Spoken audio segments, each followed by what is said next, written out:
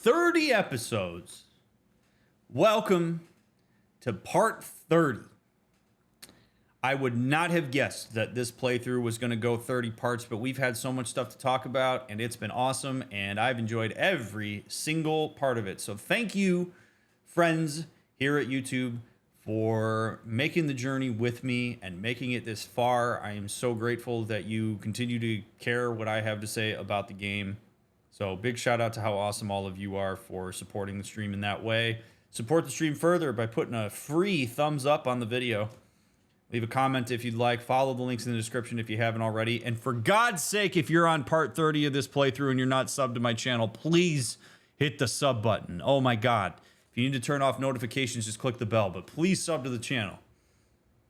My goodness. Gracious. Okay. And I know you exist because I have YouTube analytics and it tells me that there are people that watch these videos that aren't subbed. Please sub! I'll love you forever if you do, and you get to see other stuff that comes out. I'll keep putting good content out. All right? Let's do part 30. Ah, boy. Here we are in the deserts of Anaheim. We have more to do, including whatever that is over there. Just an unbelievable amount of shit to do in this little area that I didn't know existed until last episode.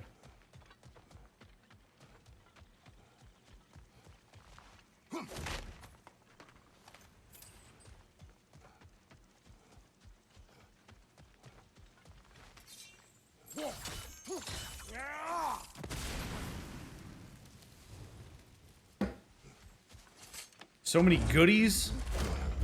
God, it's just, it's so great.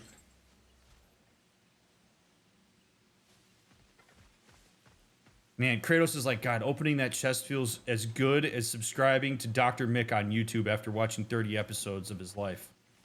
Like, that's how good opening that chest feels. If you want to empathize with Kratos, subscribe to the damn channel.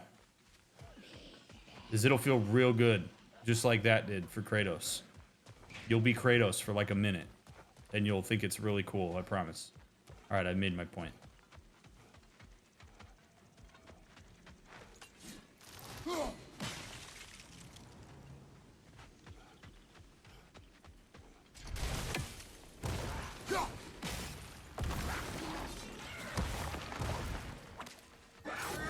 What up, homies?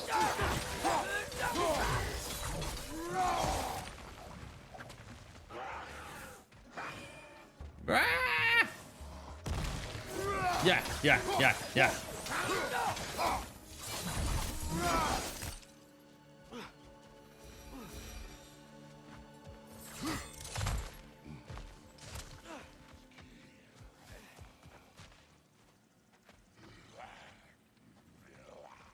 Ooh.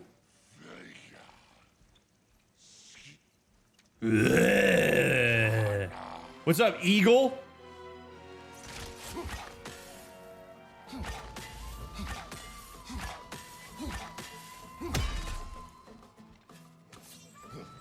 Oh yeah! Whoa, boy!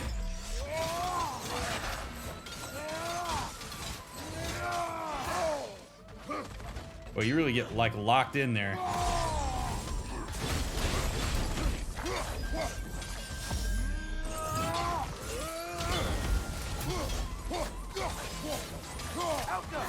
This guy is pretty strong.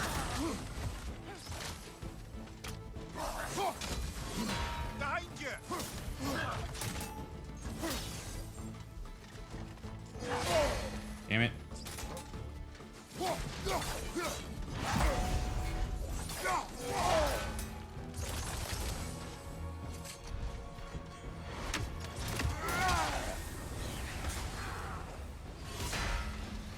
I love how that guy can just keep hitting me. Doesn't affect him at all.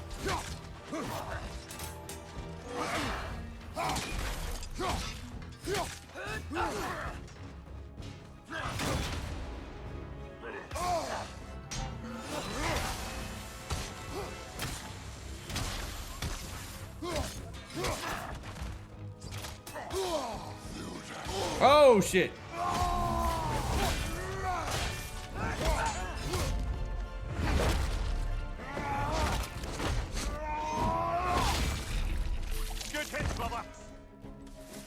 Thank you. Carrying some writing. Grab it, would you? Seems the travelers were told that by exploring the 9 realms and beyond, they'd find... The blind guest. All of us have heard the blind guest's whispers. He's in our ears in our weakest moments when we consider giving up the walk entirely. He's in our minds when we think of the great reward awaiting us at journey's end. He is a liar. He's told us of a paradise at the end of the path, a shining place for us to take off our boots at last. I've seen many lands, many realms. I can tell you with some certainty no such paradise exists. The road does not lead to peace. It only leads to where all roads do, the other roads. More pain and pleasure and heartbreak and triumph and boredom and hunger and desperation. There is no destination. There is only the road. Your brother, Burger. Ooh, boy. Your way into paradise. Told by whom? Someone calling themselves the Blind Guest. Odin. Sounds like the bastard, doesn't it? Sure does. Wouldn't surprise me if Odin tried to make a cult. No way.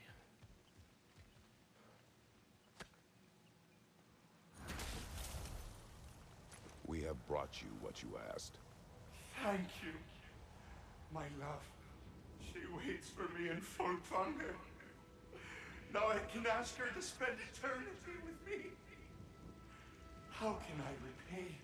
Tell us what you know of that day. I was at the meat hall. Thor was there. He had a strange drinking companion. Some sort of creature, the likes of which I'd never seen. It had this barrel of meat that seemed to never go empty. What were they doing there? Getting blind drunk by the looks of it. They were passing drinks around, reveling. Everyone had a table too many. But Thor, he was by far the drunkest of any man there that day. Mimir, what do you make of this? Thor has always loved a strong drink with questionable company, but I've never heard any word of his creature companion. This isn't a lot to go on, I'm afraid. Well, we know one thing. Thor was totally drunk when the valley was destroyed. There's still much we do not know, and whether your mother was involved remains unclear. All right. That's better than she wasn't there.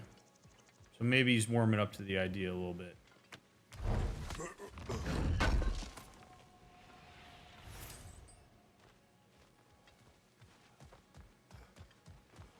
I'm gonna be so freaking upgraded by the end of this. My God.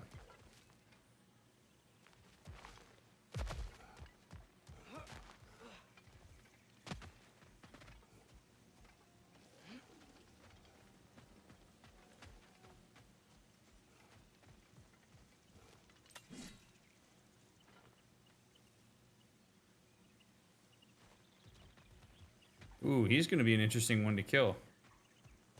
Probably have to do it from up top, would be my guess. I see you up there. Come here. Another gathering of Sather. You know what you have to do, brother? Release them. Arrows first, remember? Ah!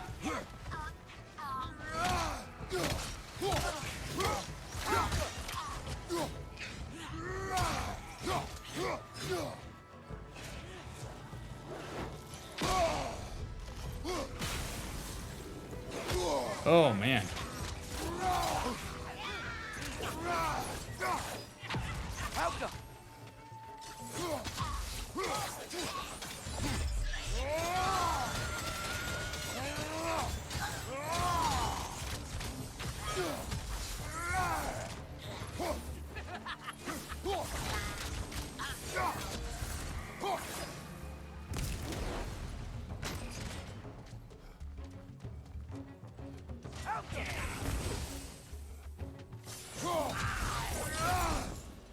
Sure are a lot of Sather out here.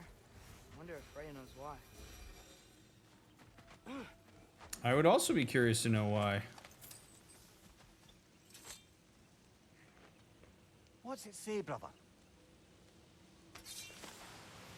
Game audio is a touch quiet. All right. Satyr. You deserve nothing but pain. You hate what we become, and you hate the fruits of your own labor. This realm grows filthier by the day, and to provide even the smallest resistance to your rule is a joy. If we lose ourselves, so be it. If the innocent suffer, it's nothing they're not used to by now. We're no longer your subjects. We are the Ser, or Satyr, however you say it.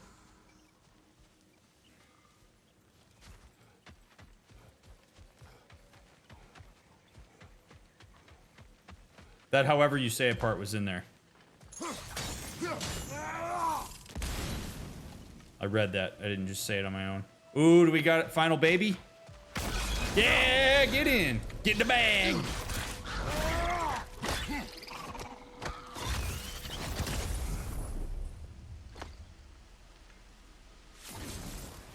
I believe that's the last of them. And that's the last of them. Spectacular work, I guess. Not that I care. You mean nothing to me. Nothing at all. That's great, friend. You're not my friend. Goodbye. I love you. Good gracious. Bye. I love you. All right, it appears we caught them all.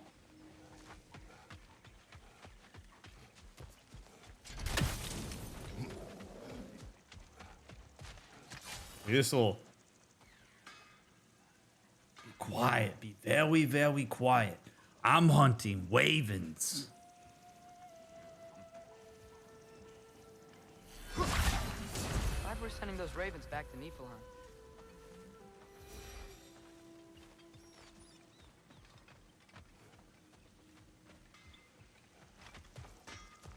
What up, Brock? Our spear. I could upgrade it for you.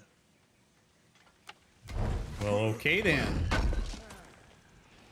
Would have been a shame to have left that behind.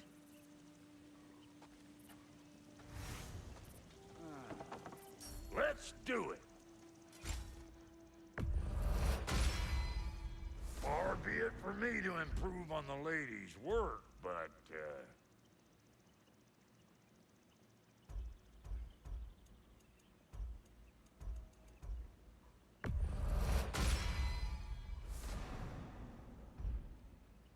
Ooh, fully upgraded?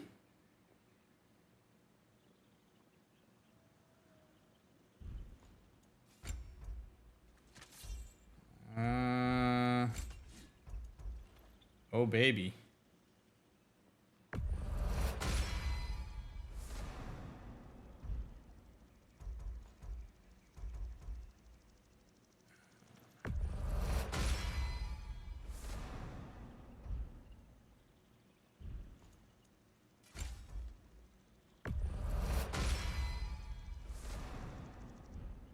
Sweet.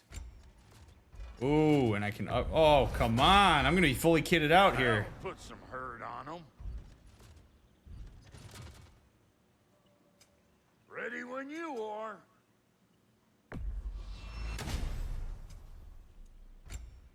Hilt of Tiefing. Change the sword to charge the sword to sacrifice health and deal damage based on the amount of health lost. You weren't thirsty for blood before. You will be now. Divine Ashes.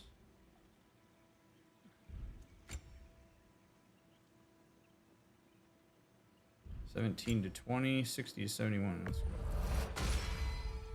You won't get so much as a paper cut in that. Hell yeah, dude. That's what I'm banking on. Now don't go get yourself killed. Hear me?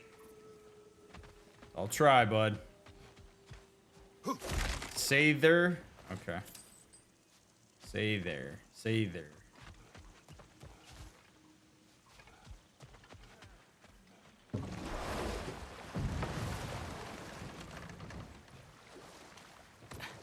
Mimir, if I met someone I liked, how would I know if they, liked me too? Is there someone? No. I was just curious. Actually, doesn't matter. Doesn't matter.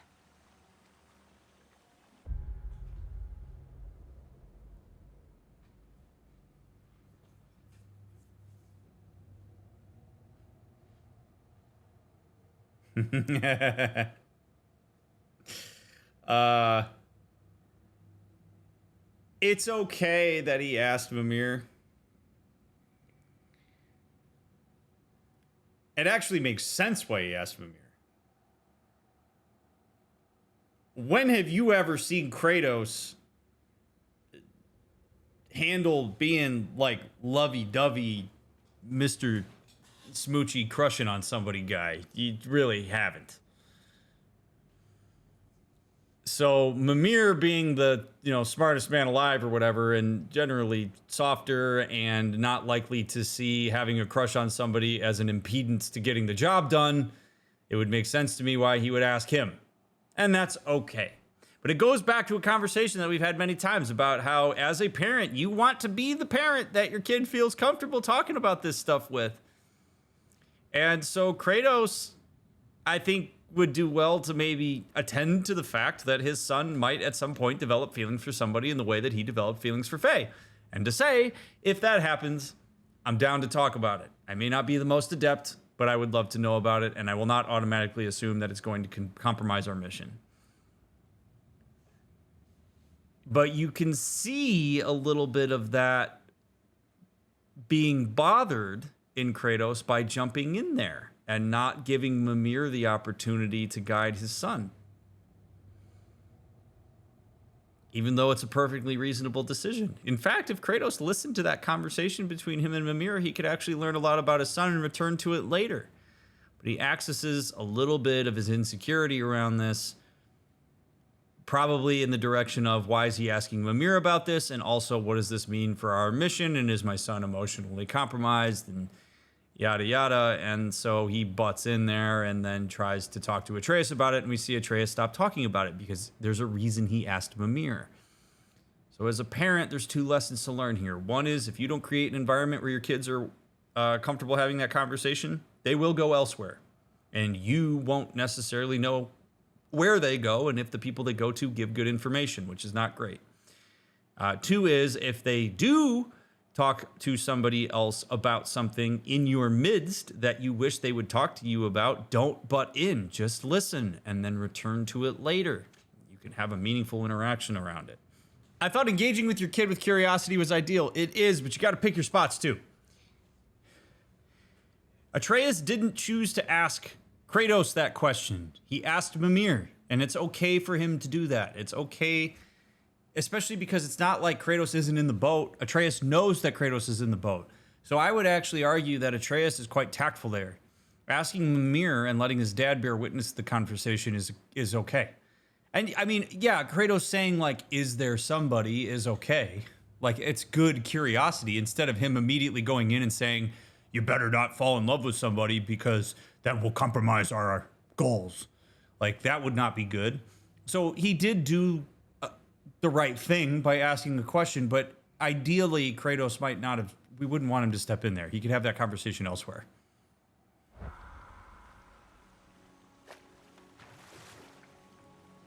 So it's okay. It's Atreus reading the room.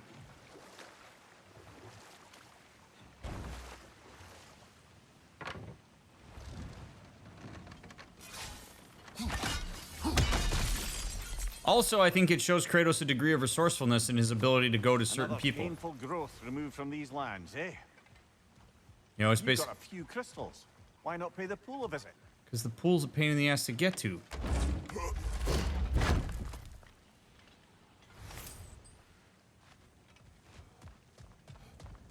Oh, been a while. What up, buddy? Whoa, whoa, whoa, whoa. It's back!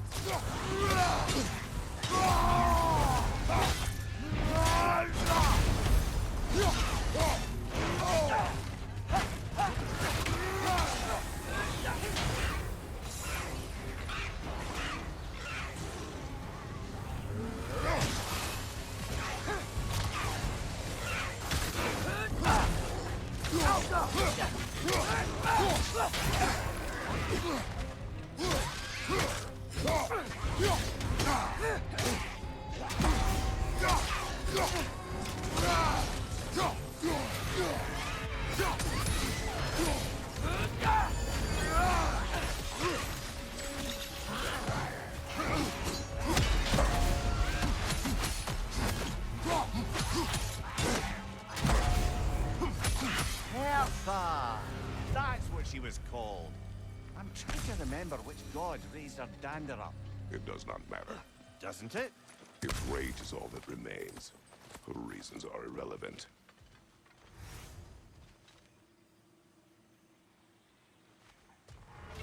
It's an interesting perspective. Rage is all that remains. The rest doesn't matter. Kratos ain't a therapist, so he doesn't have to care.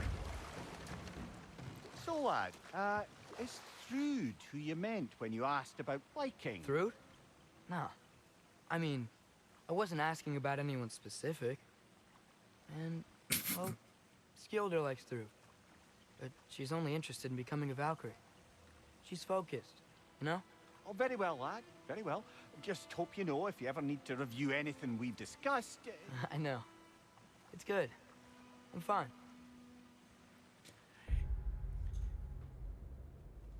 I love this because this is a conversation that is often so awkward for everybody, especially Atreus. Adults have a tendency to approach these kinds of conversations with teenagers with this idea that teenagers should just know how all of this works. And I appreciate a lot that Mimir and Kratos aren't going in that direction. It's vulnerable. And it's an unknown. And it's a difficult thing to navigate because one of the things that happens if you develop a crush, especially as a teenager, when you don't really understand how all of this works yet, is it feels like you lose control of yourself in a way. Like your emotions get scrambled, and because you don't have a point of reference for it, it feels so much more intense. The reason that teenagers feel things intensely, by the way, is because they don't have a point of reference for the intensity. That's why your first love always feels just like so profoundly intense. Or like teenagers think they're in love when they've been going out for like a week. It's because as far as you're concerned, that's the most intense emotional experience towards somebody you've ever had in that way. And trying to navigate that is not easy. And so parents sometimes freak out about it and they apply adult sensibilities to it, rather than letting it just be weird and reminding the person that they're there to attend to it if they need it. And so I actually really appreciate Mimir's response here. And again, this is why Atreus went to him, because Mimir's like, hey man, you ever need to talk about it, figure out what's going on, you just hit us up, man. We're here to help you figure it out. Which, even if Atreus doesn't say anything in the moment about it, which he didn't hear, he's going to file away. He's going to know that they're there and that they're approachable because they didn't freak the hell out as soon as he brought this up. And they didn't get into their own anxieties and their own awkwardness about this. They're taking it in stride. That's going to help Atreus be more comfortable with this conversation going forward. We could all learn a lot from that if you're trying to facilitate these kinds of conversations with your teen. The worst possible thing you could do is shut it down and act like you don't want to hear about it. That's the worst thing you could do. So their openness to hearing about it, Mimir's really nice, warm, open to, hey man, just checking in. Maybe is it who we think maybe it could be? It's a nice way to open the door into it, and it returns to the conversation, especially since Atreus was the original instigator of the conversation. It shows that Mimir's thinking about it. He cares. He's curious. Beautiful. Love it.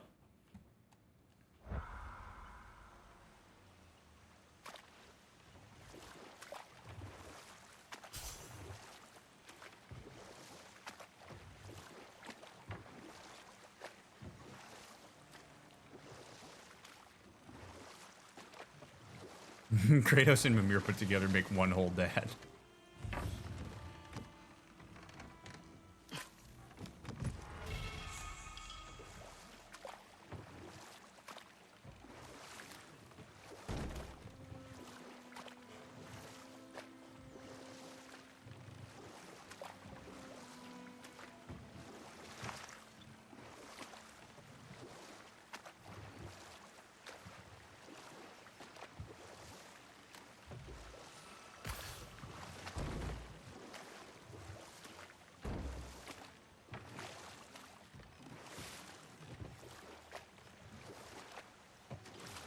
So, brothers, how did you manage to kill Garm anyway?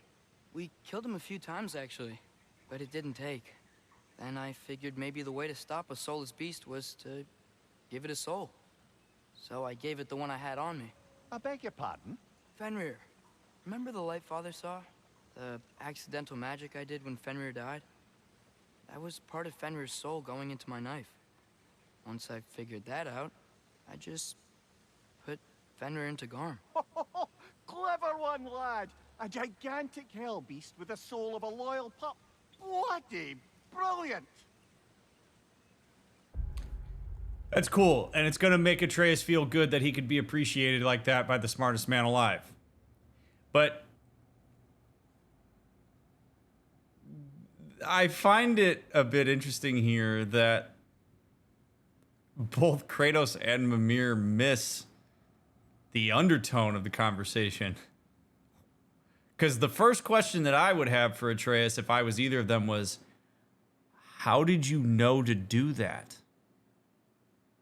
Where did you learn that? Because he did it so confidently and so comfortably. Right? Like, that's not a... You don't just pull that out of thin air. You don't just say, I'm going to say a random noise when I drive this dagger into a hellhound's skull, and it's going to put the magic soul of Fenrir into it. Atreus learned that somewhere. And I'm surprised that Kratos and Mimir are like, oh, cool, that's a sweet idea.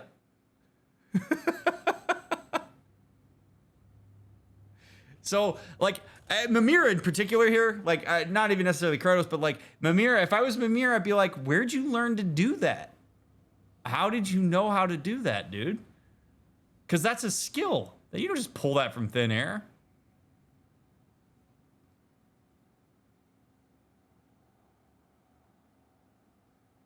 So,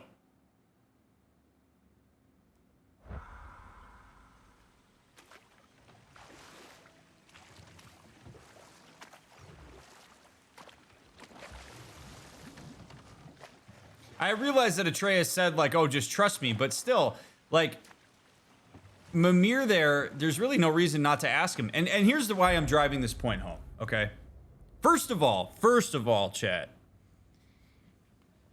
you want to have really good conversation fodder with a teenager who you're probably struggling to connect with as a parent? Ask them questions. Learn about their decision trees. Like, part of this is literally just how do you facilitate a really cool connection with Atreus? You ask him questions about this stuff. One of the things that actually can be quite annoying from a connective standpoint, not even just as a teenager to an adult, but adult to adult, is when people make assumptions about stuff and just assume that you knew how to do X, or that they assume that it was just intuition that drew you to a different space. Like, meaningful conversation comes from being curious about the thought process that people have around stuff. Ask the question, like, what got you to that conclusion? Where did that come from? How did you learn that? When people talk about being socially anxious, they often forget about those types of questions. But when you make assumptions about people, particularly teenagers, one, you're usually wrong because they don't think like you do. And two, you miss the opportunity to have a really awesome conversation, because in this case, I think, yeah, does it mean a lot that Mimir would say, that's a great, bloody, brilliant plan, lad? Like, yeah, that feels good. But man, if Mimir was like, how did you come to think about that? There's an appreciation statement underneath that question of like, I want to learn from you. I want to know more about your thought process. You learn more about people when you learn about their process than you do the outcomes of the decisions they make. What brought you to that conclusion? And so if Atreus says like, it just felt intuitive, I don't really know, I just kind of knew to do it. Okay, cool. Right now we know that Atreus makes decisions sometimes because he can feel it. But if Atreus says, I actually learned that word when I talked to a girl named Angerboda when I was gone one time, because now our relationship is at such a point that I trust you guys not to freak out at me if I tell you that this happened, and I was connecting the dots here, you get a window into Atreus more deductively reasoning his way through his life, which is a really cool opportunity that's in front of the two of them. So, you know, like, is it fine for them to rest on their laurels and just assume that he knew how to intuitively do it? Sure. But what a misfire in terms of an opportunity to not just appreciate Atreus and his thought process, but also to learn a little bit more about him. Let Atreus determine how much he wants to say. If we make an assumption that he's afraid, or he doesn't want to, or it was intuitive, or whatever, we're doing the very thing that drives teenagers insane about adults, which is when they make assumptions about them, rather than actually get to know them.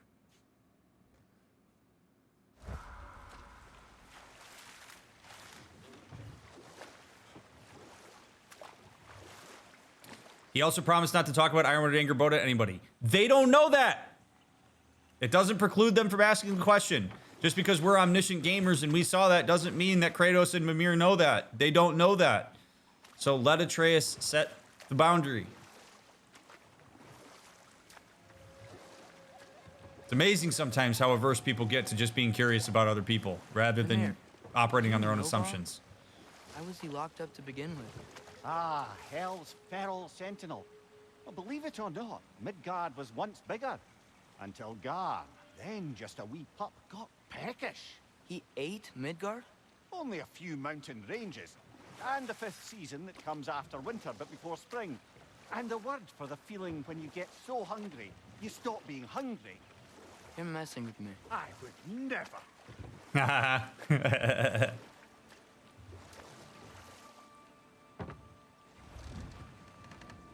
He can't talk about Angerboda, though. He needs to keep the realm of the giant safe. Yes, he can. He can talk about it. He could choose not to. Look, here's the point that I'm trying to make here, Chad. I want to be very clear. Because in some ways, what's interesting to me about this and reading this is that I'm seeing a lot of the resistance that I often see from parents, which turns into a big mistake in terms of trying to engage with teenagers. Is we create all sorts of assumptions and excuses for teenagers instead of just engaging with them. Like, literally, this is what adults do that creates so many problems, and then they get pissed off at teenagers because of how they act. Like, we have to afford other people, Atreus included, the opportunity to set whatever boundaries they need to set, rather than making the assumptions of what they are for him. So you can ask people questions. You can poke and prod. And those people can say to you, I'm not going to answer that question because it would be too dangerous for me to do that, or whatever it might be. Kratos and Mimir are not entitled to the information, although I could make an argument that if having the information affects their mission and their safety, then maybe we become a little more flexible here. But this idea that Atreus can't talk about it, and that he, like, and so as a result, we shouldn't ask about it. Like, let him say, I don't want to talk about it right now. Atreus has already opened the door to a lot of these conversations by virtue of the fact that he is willing to engage in the conversations in the first place. And where so many people fall short in conversations, particularly parents to teenagers, is when they stop asking questions and start operating on their assumptions. They start making decisions on behalf of a teenager rather than giving them the opportunity to say what they need to say. You'd be surprised how much teenagers will say to you if you give them the opportunity to actually talk to you, rather than putting pressure on the conversation to go in a certain way. Like, leaving things open-ended and showing that curiosity and investment in their decision tree. That's all ways that you facilitate their development, which is why I'm so adamant about this. Because the amount of resistance I see from adults in doing that is, quite frankly, at times obnoxious, because adults get so wrapped up in their own bullshit that they're not willing to be present with what it is that's being offered to them by a teenager. So I'm not, like, hating on Kratos and Mimir here. It's fine if they want to stay silent on this and not ask him curiosity-based questions. But that's not going to facilitate more depth in their understanding of Atreus. It's going to perpetuate Atreus' notion that other people seem to think they know more about him than he does. If you give him an opportunity to say no or to withhold certain information, as Kratos did earlier in Helheim, that allows Atreus to learn that he can set boundaries, that other people aren't entitled to this information, that he does have autonomy. These are the types of things that parents who aren't developmentally conscious, which I don't expect everybody to be, which is why I talk about this stuff so passionately, like, this is what you miss out on when you're not conscious about these things. So that's the point that I'm trying to drive home here about this. We're a little bit constrained by the fact that as the omniscient viewer of this game, we know everything that's happened so far, so we can kind of put pieces together and try to manipulate this in a certain way. But the reality is Mimir doesn't know any of that stuff. And Atreus is welcome to continue to assert the boundary that he doesn't want to talk about it and that he has good reason not to talk about it. So that's the point that I'm trying to make here. Nothing will drive a teenager crazier than when you just constantly make assumptions about them rather than getting to know them.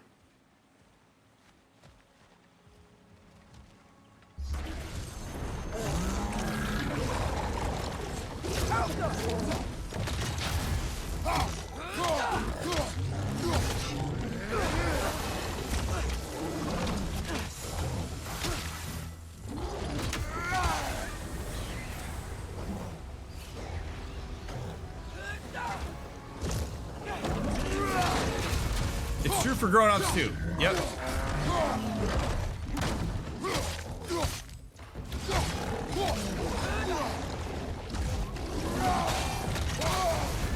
You're on fire, Midgard. It will pass. Okay, cool. Thank you. Welcome.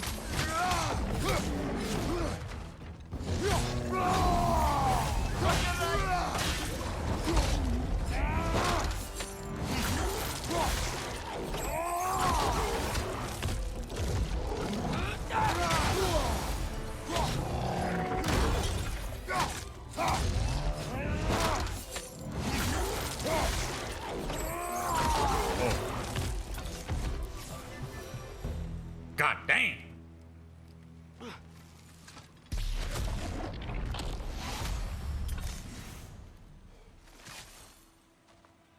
All right.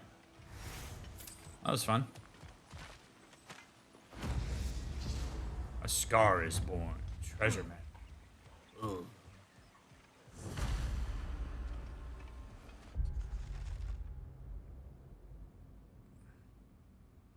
Oh, that's in, looks like Alfheim.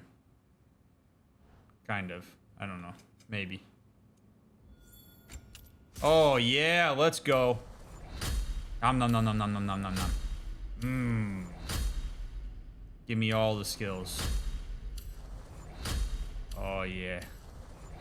Oh, yeah. That's tasty.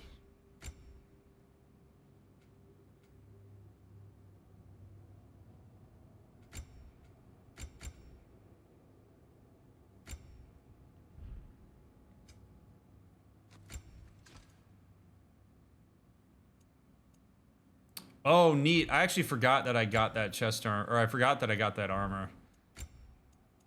That armor looks pretty cool, but it's not what I'm looking for. Just one time I want Mimir to be on fire and Kratos tell him it will pass. You're on fire, Mimir. It will pass.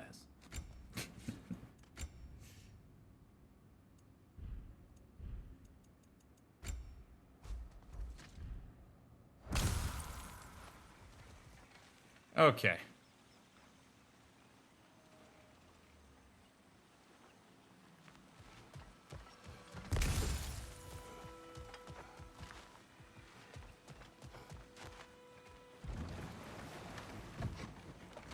Whee!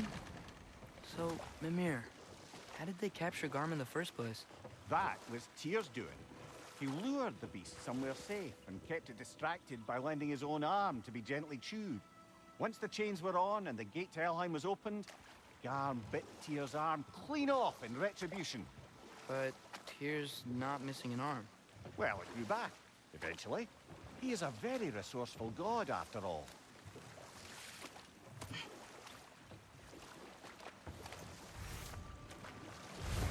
Interesting. Smell that? Near a feeding ground. It will be out hunting. We will return at night. That crystal could use a dip in the pond, don't you think? I get it, dude. Holy crap. I know where to put the crystals. Holy shit. All right, you want to go back to the pool.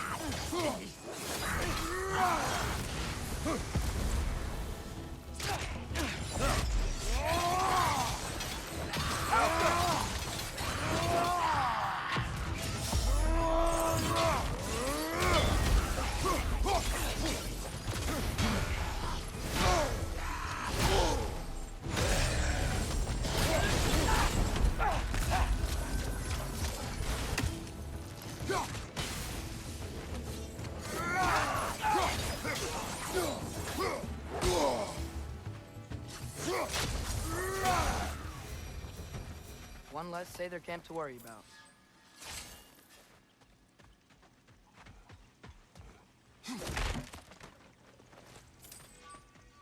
Mimir's definitely a Mai Tai and Jacuzzi guy.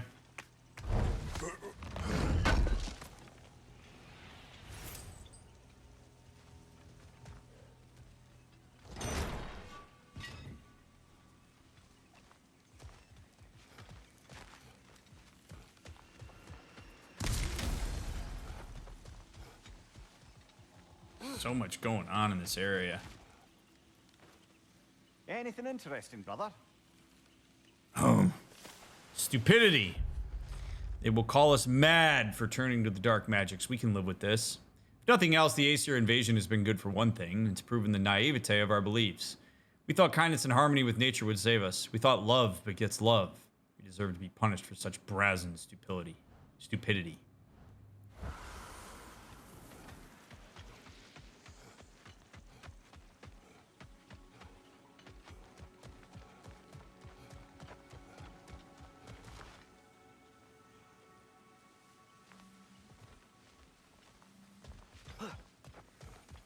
All right, let's go make it nighttime.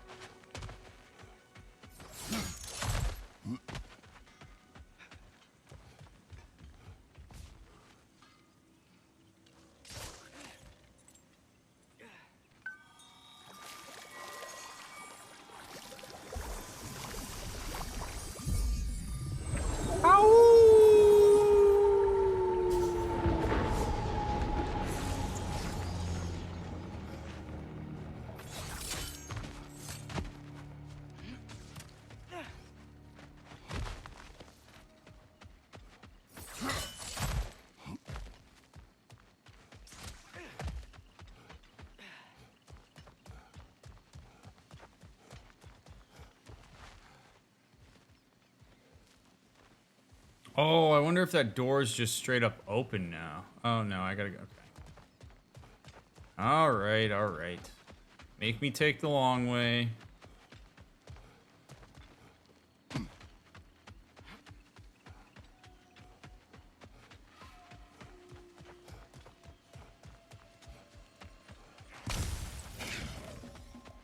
I just want to get in the boat, guys. Come on now.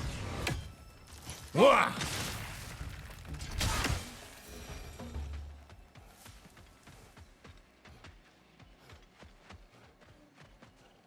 Where the hell? Okay. What are we doing here?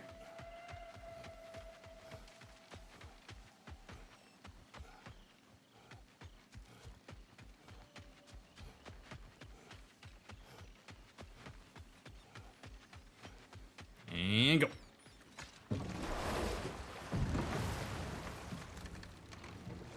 Get that barrel of cash. Not sure how to ask this. There's stories Odin told me, like how he lost his eye, where the details are different from stories you've told me. And I trust you, of course, but they don't seem like things he'd have a reason to lie about either. One thing to remember about liars, lad. They lie. They do it on principle. No issue too big or too small. They lie about anything they can get away with and some things that they can't, just to demonstrate their power over reality. You must always bear that in mind. Good lesson.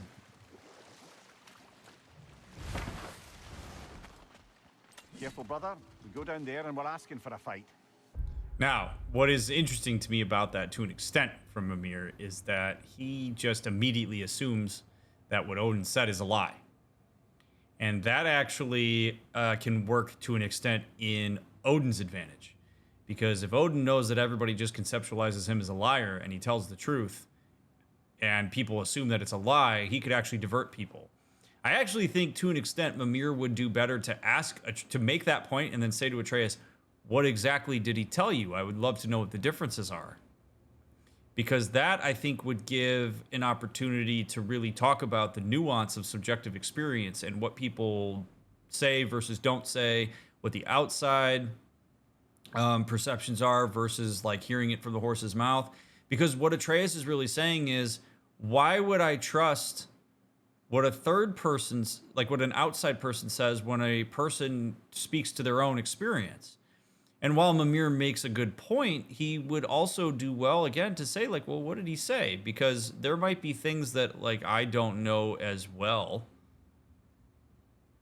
that maybe I have the wrong idea about. I don't know that I like the idea of completely splitting Odin there as always lying. Like, is Odin always working on an angle? Yes, but he can use the truth to his advantage as much as he could use a lie to his advantage. And if we see everything he says as a lie, you might actually miss out on some really important information. That Dreckie won't take kindly to us just passing through. Ready. We fought Valkyrie. How bad could another Dreckie be? Okay.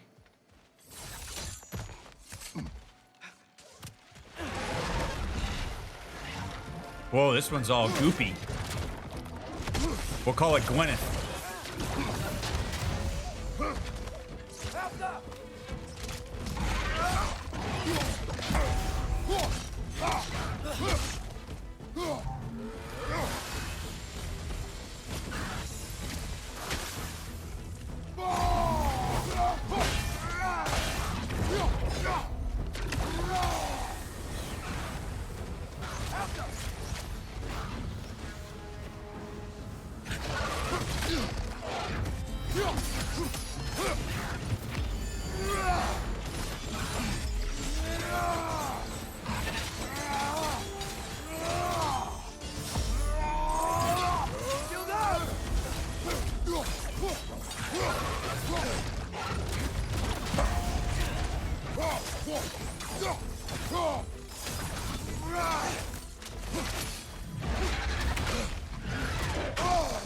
Pull the spear out, Kratos, for God's sakes, man.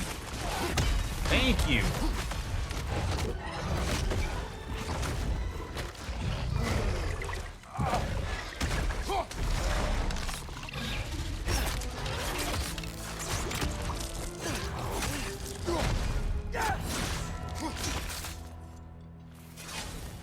You know, I really miss the nice dragons from Midgard. Do you? And with that, we've now taken down about half the dragons in this crater as well. Huh. I can hear the birds. They're rooting for us. That's nice.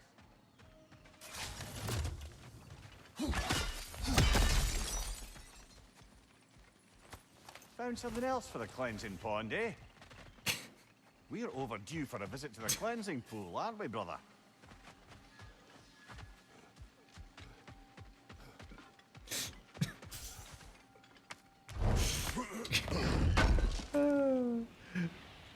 Mimir's like that boomer uncle that won't stay at any hotel if it doesn't have a hot tub. Like, literally just like, you know, there ain't a hot tub, I ain't going, brother. We got to get down to that hot tub.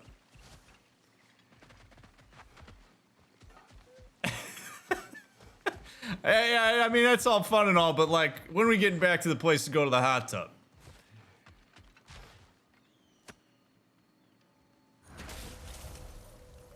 I live to drink another day. Well, in Svartalfheim at least. Now I can meet my friend and make amends. You owe us a story first. Yes. I remember now. On the day the valley was destroyed, Thor was swinging his hammer wildly through town. Everyone was terrified. Then, a fair-haired warrior stepped in his path, and a fight began. She was a brave woman. This fair-haired warrior must have been Faye, brother. Yeah, Mom stood up to Thor. I'm not sure if Faye had bravery or bravado. Not many live to tell the tale of a fight with Thor. Faye never spoke of fighting him. Everyone has secrets. We do not know for certain this was Faye. Aye, there is only one way to find out, brother. Ask Thor himself. I mean, there's still the reluctance. I have to give Kratos credit here. I like that he's not immediately drawing conclusions on this. I realize that it may be for the defensive reasons that I talked about on the last episode, but I also think there's real utility to him saying we need all the information before we're going to go there. And so if he decides he wants to pursue this to find out whether it was Faye, cool. But I like that he's not immediately drawing a conclusion and operating off of that. I think everybody would do well to learn a little bit from him about, like, get all the information first.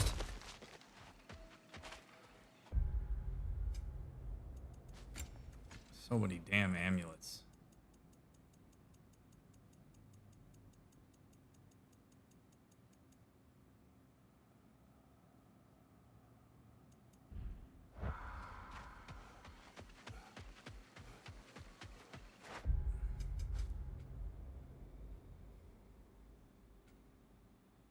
Look at all of this stuff, man. Holy crap.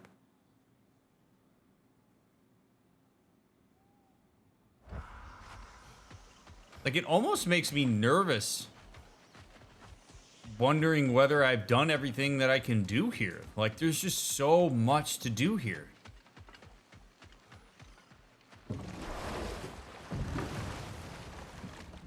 Mimir, when I was in Asgard, I saw Odin do something to some new Einherjar.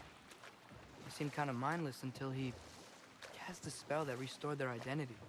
Aye, that was his habit, even when they were confined to Valhalla. I think letting them remember themselves was another small way of cheating death any way he could. Though I wouldn't be surprised if with that small gift of autonomy, he also embeds an undying personal loyalty to himself.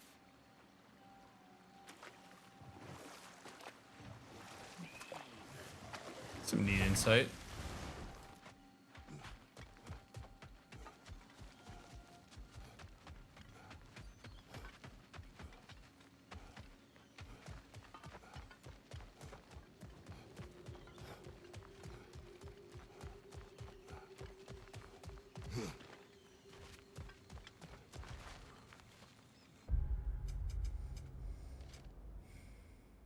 Oh, it does have a checklist. Okay, yeah, that's, I guess, helpful to know that that's there.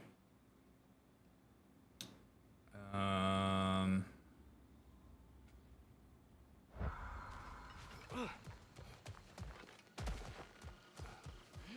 stag of winter. It looks hungry. Come on already. Just come back with me. I don't care how hungry you are. All right, let's go talk to Retatoskr.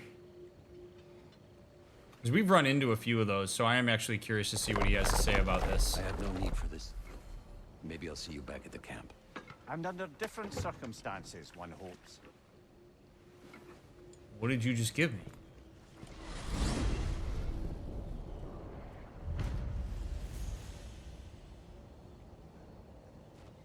Well, with Birgir safe, we can get out of here. Or explore some more, if you wanna.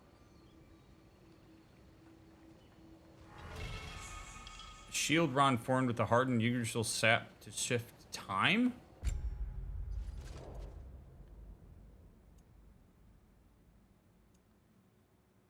Temporarily slowing down surrounding enemies when parrying.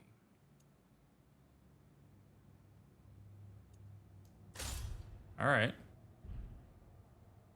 That seems neat.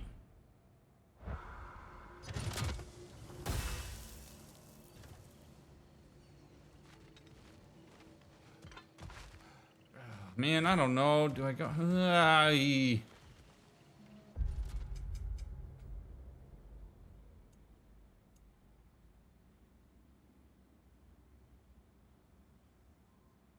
like a whole other area over here where this thing is.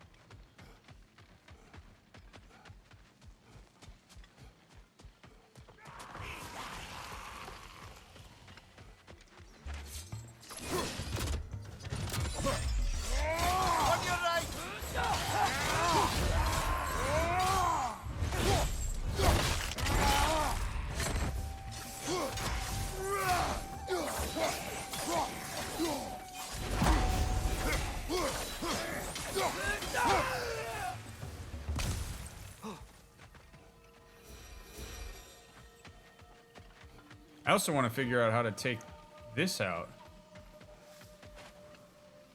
There's obviously a third. Okay, yeah, the third one's on the other side of it, but.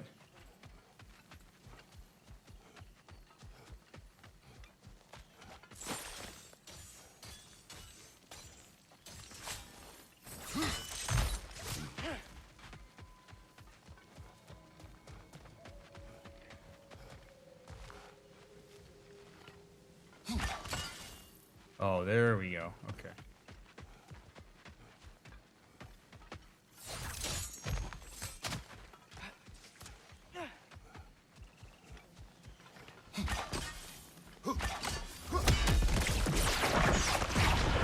There we go. Beauty.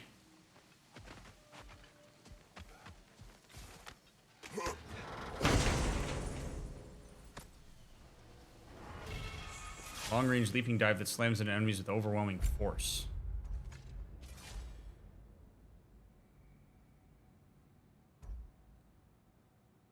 Yeah, no, that one's better. That one's better. I have returned your scroll, Spirit. And I am whole again. Now I can deliver my message. Your commander is long dead. Of course. Odin sent Thor to take control of the valley. But I suppose it's too late now. Don't worry. We're handling the Aesir. Now, tell us what you know of that day. A battle unlike anything I've ever seen. I remember a great clash of metal in the sunlight. Thor. He wielded his hammer, but it was matched by a remarkable axe. This axe? Did it belong to a fair-haired warrior? Yes, that's the one. She brandished that axe with exacting precision. Strength. Never has there been a weapon to match Mjolnir. But with that axe and that warrior, Thor was in for the fight of his life. It was Faye who fought Thor in this valley. It was more than just a fight. It sounds like Mom was beating Thor. It seems there is much I never knew about her. And now she is gone. Maybe. But her story here isn't finished. And there it is. That's what I figured was going on for Kratos. Right? It's hard to learn more about people you love after they're dead. Because it's a reminder that he can't ask her about it. Especially something as cool as fighting Thor, and like he doesn't have the opportunity. Like, I'm sure that what that does for Kratos to hear that to an extent, one, it piques his curiosity. Two, he's probably like, damn, that's hot. Holy shit. Like, my wife fought Thor and was whooping his ass. And also a sadness of like, I don't get to hear about that. She didn't tell me. And because she's not around to tell him, he's probably going to do the thing that all of us do, which is he's going to make assumptions based off projection. He's probably going to wonder, did she not trust me with this information?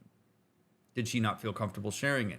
He is so much more reflective and insightful now on the dynamics of relationships that I think he could potentially, like, could hurt him. He's like, oh man, like, I don't get to hear the reason why she didn't tell me this and why I didn't know it. So I'm bummed out that I don't get to learn this about my wife. I have to learn about it posthumously. It stirs up maybe some insecurities I have about my own relationship with her. And it makes me sad. And it reminds me that she's not here. It's really loaded for Kratos to get this kind of information, which is why I think he's had that general aversion to it. So even though he might love to hear this, it might give him more strengthened love for his wife. Everything, all roads lead to Faye is no longer with us, and that's a real bummer for me. She never shared this, and she's not around to say why. And that's a real ambiguity that he and everybody else has to deal with because she ain't coming back, and that's brutal.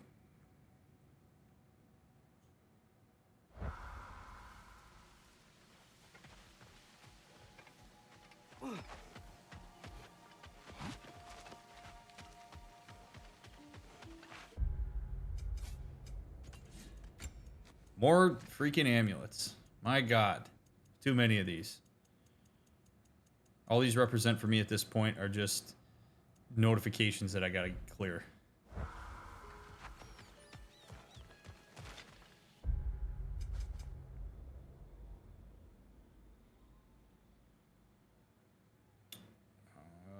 All right.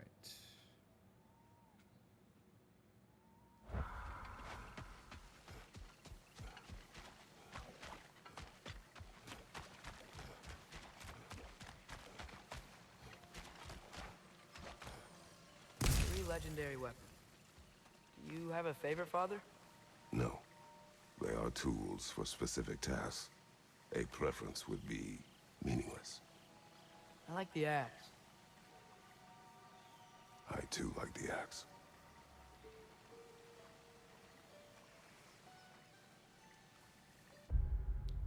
Oh man, come on. How cool is that? How cool is that? Look at Atreus being a little Faye there. Atreus, I mean, Kratos is right. Like, the preference doesn't actually make a difference. But the fact that the axe was mom's, yeah. But you can see, you see how hard it is for Kratos to get there. And this shows such an attunement by his son. Atreus doesn't say, "Oh, come on, Dad. You silly man, if you were." He doesn't do that because he's observed that that doesn't work. So what does he do? He just goes, "I like the axe." And that is enough for Kratos to connect and go, "You know what? I do too." It's a real attunement from Atreus there. He watches, he observes, he knows what his dad needs in order to access stuff. He doesn't come in like a battering ram. He makes his own statement about it and allows Kratos to access it through the back door. And that's okay, because Kratos needs a little help with that. Very cool. The very cool moment between the two of them.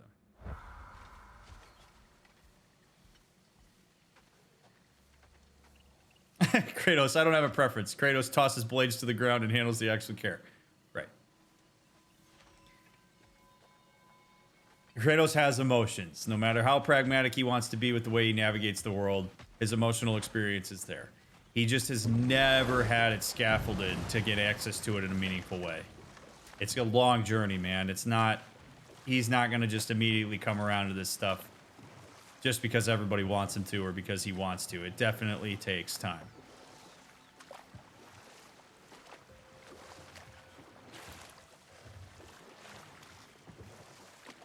How do I get over there? Oh, shit. Oh, shit.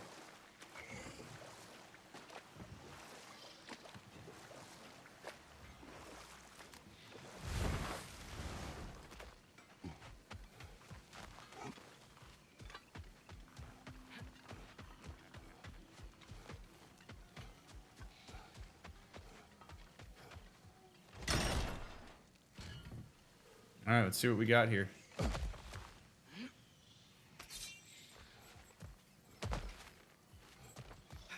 That's a branch. You can use something inside it. Trap.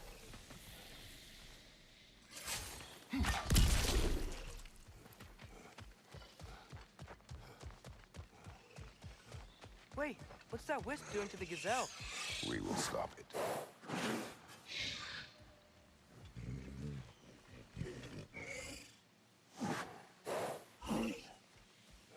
Will we?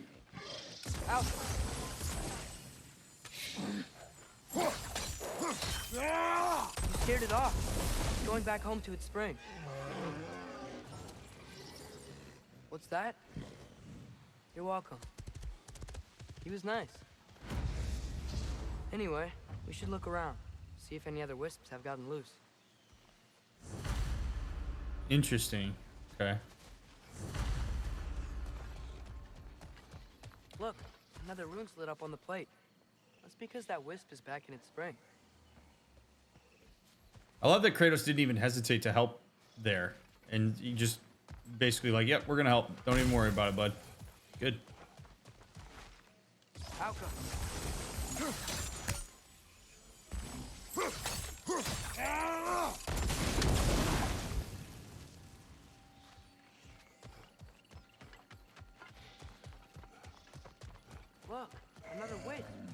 find that wildebeest.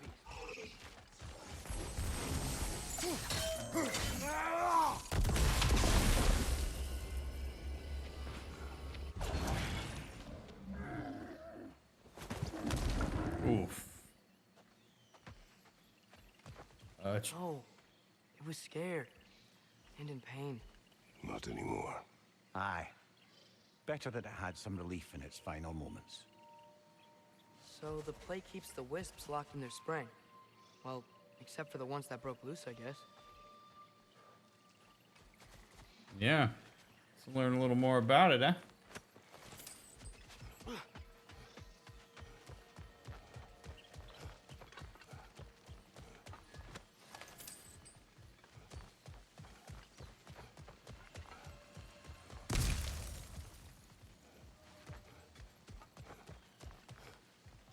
Oh, I wonder if that's what those like little tornadoes were that Atreus was like, oh, we need to come back at night and deal with them.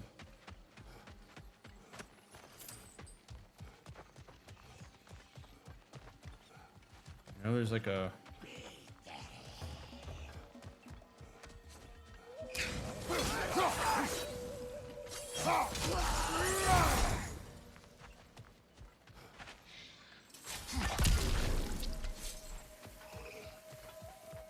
Look, another wisp. Feeding on that ibex.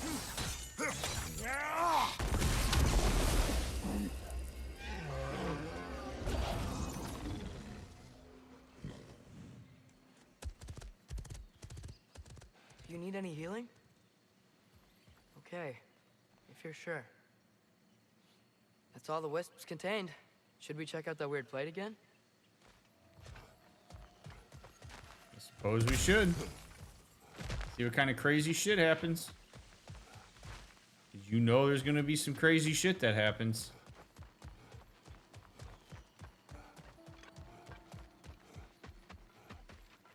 Great. The runes are all lit. The wisps are back in their springs, and the plate's keeping them imprisoned. We did it.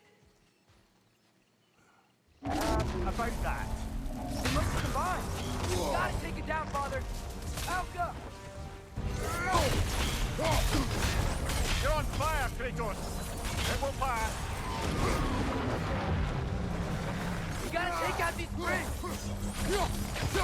Oh, wow. Go, go, go.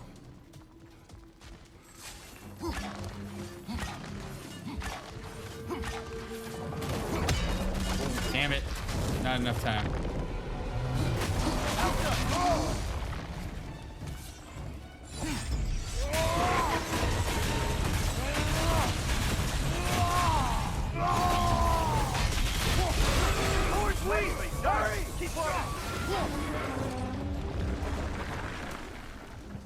Let's go. Yeah.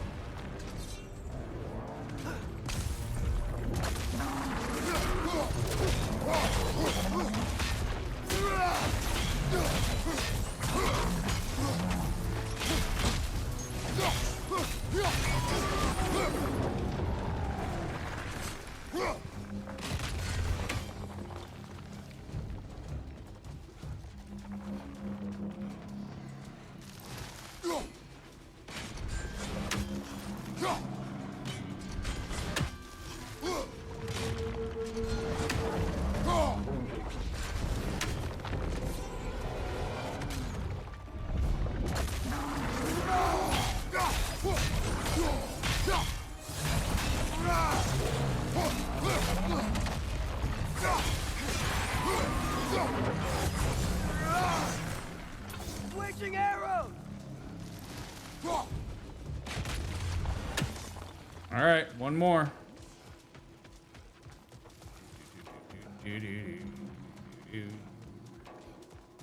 And Take out these springs. yeah. Oh god. Come back over here.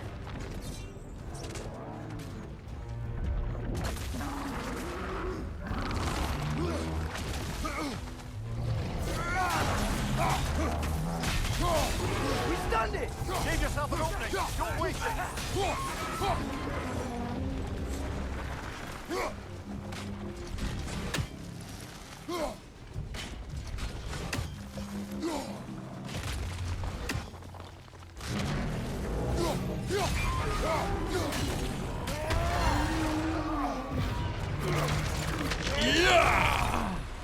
Hell yeah, dude. Well, just like the Frost Phantom, but with fire. that's the wisp taken care of. I don't understand how they escaped and formed that thing. Chains only hold for so long. Eventually, those who wear them will break free, one way or another. You can say that again, brother. Chains only last so long. After a while, they will... Oh, that's not what you actually meant.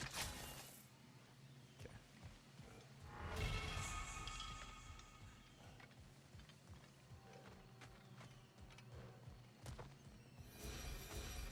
That was pretty cool. I like that.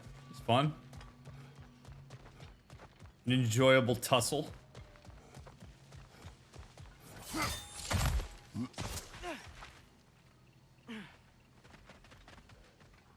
Kratos is talking about himself there. Duh, obviously. Lucky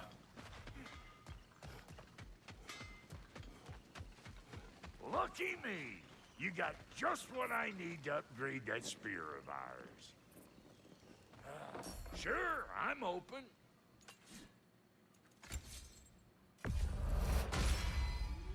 Hope I did the lady proud. You did.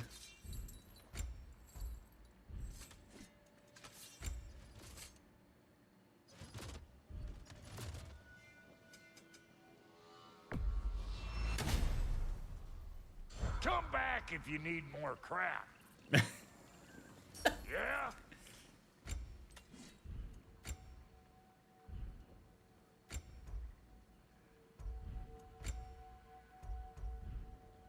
Oh, so I'm just some clodhopper?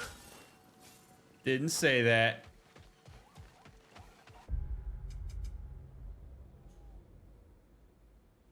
All right, we're doing okay here. I want to kill this guy. I figure out the proper way to do it. The angle is up there.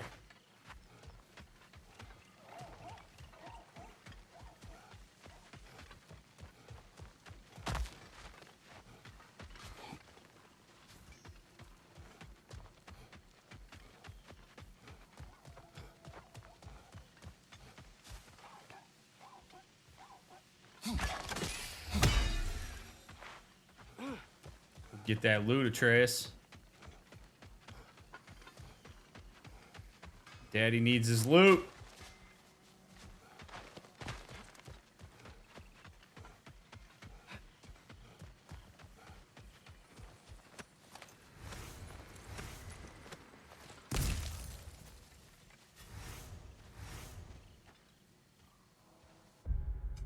Okay.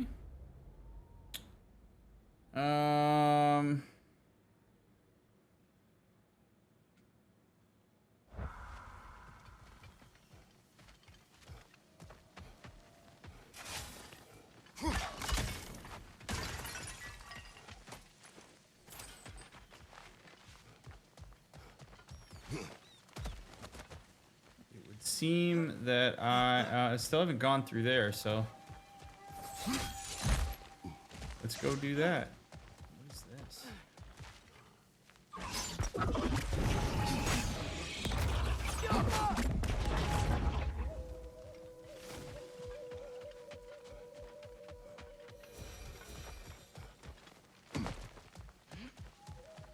Surprised Mimir hasn't talked about the pond in a while. Oh, shit. There's so much to do here. I can't. It's so ridiculous how much shit there is to do here.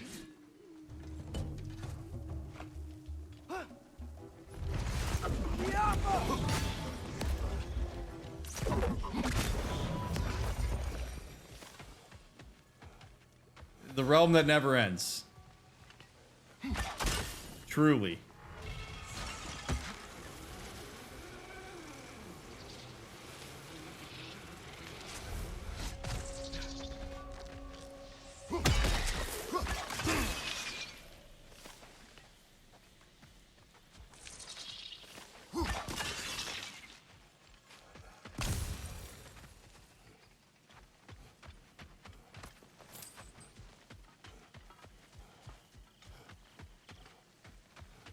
And it's cool because it doesn't feel like filler. Like there's like actual meaning here. Oh boy.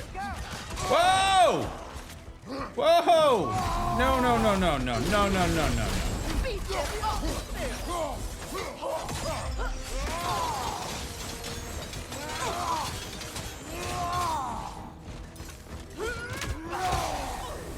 Take that.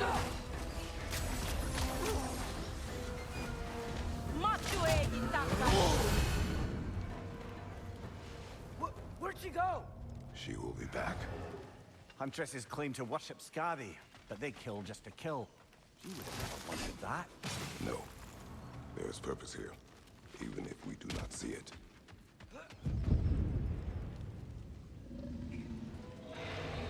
By gods, what was that? Tremors. From the earth. Or something else. I never heard of tremors in Anaheim. Something is causing this. What? Fee, fi, fo, fum.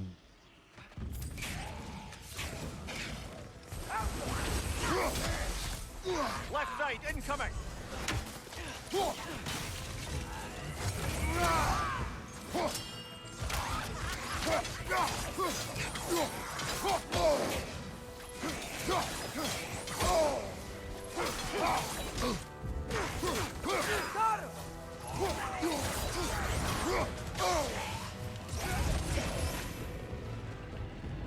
Come out here.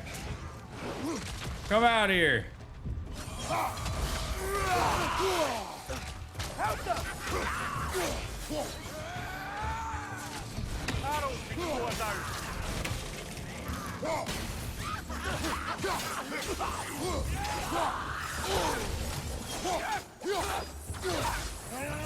Last one!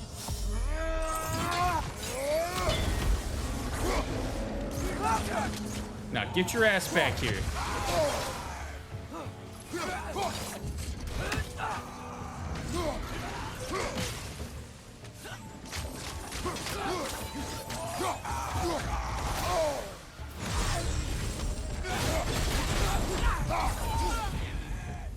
These say there.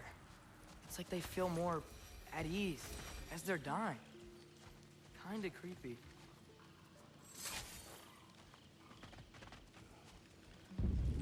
Whew.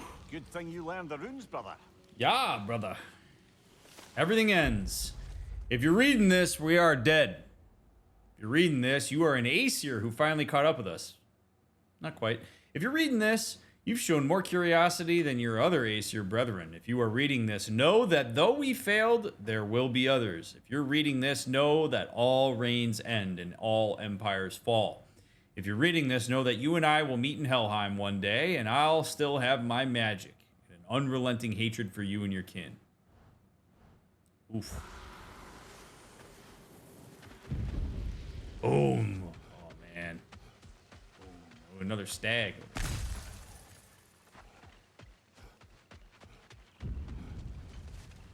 Let's do a little landscaping. Ugh. Okay. The tremors. They come from beyond that gate. Let's find a way around. There's always a way around. Dude, whatever that is, sounds mean and nasty.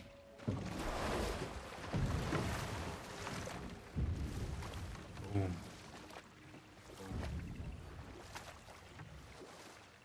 Oh, guess what?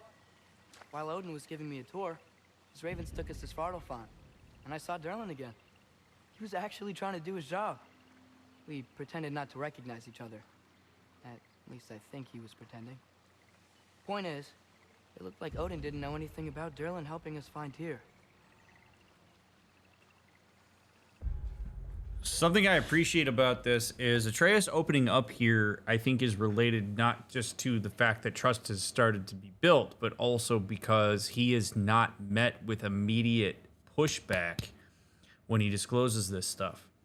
Kratos has shown himself to be far more open to Atreus talking about this if he initiates the conversation, and I think it gives Atreus a bit of autonomy to open these things up. So them staying silent there and just letting Atreus talk and not putting any value judgments on it is great because it's going to encourage him to open up more and talk about it. I mean, he could say something like, I appreciate that you're telling me all this stuff. That sounds cool. What did you think? But again, if you want to stimulate additional conversation, you say something like, what do you think about that? What did you see? That's interesting. Like, engage in the conversation in a non-threatening way, and he's more likely to continue to open up about it.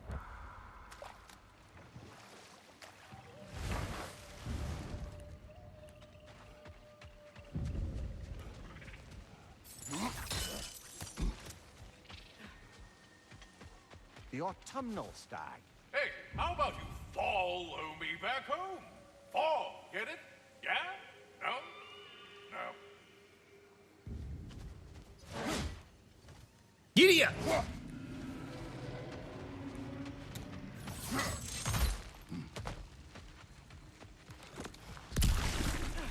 Not this time.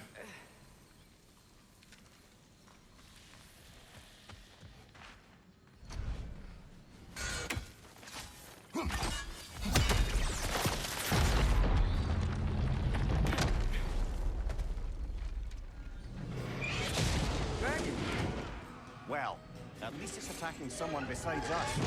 That will change.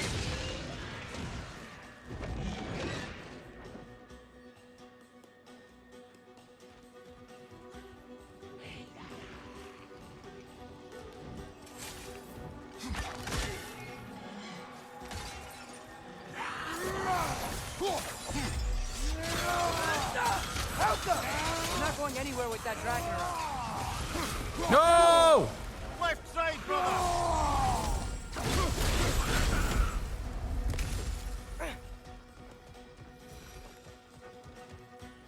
We gotta break the pillar.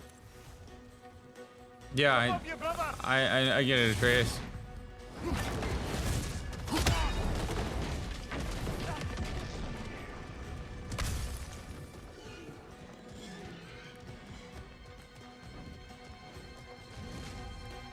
Gotta break that pillar too. Yeah!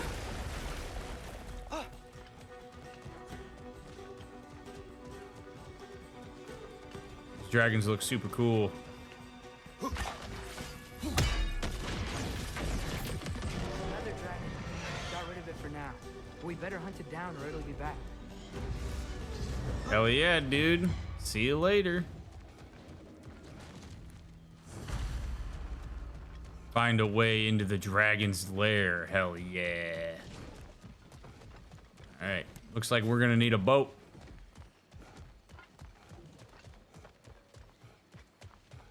That's cool. Basically tee this fight up.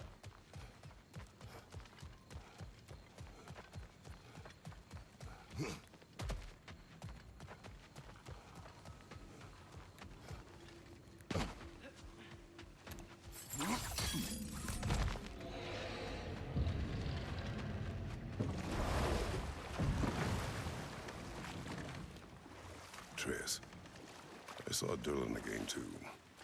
After we forged the spear, Odin appeared. He had Durlin with him, threatening him, as if he knew I would know him.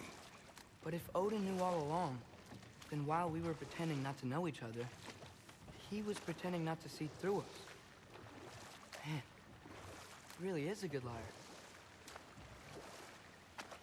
Yes, sir.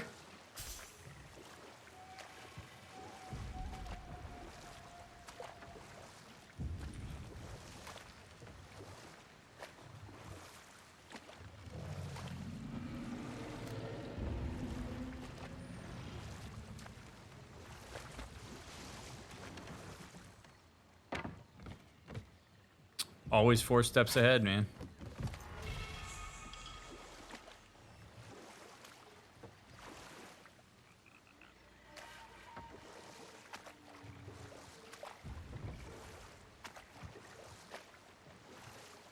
Interesting.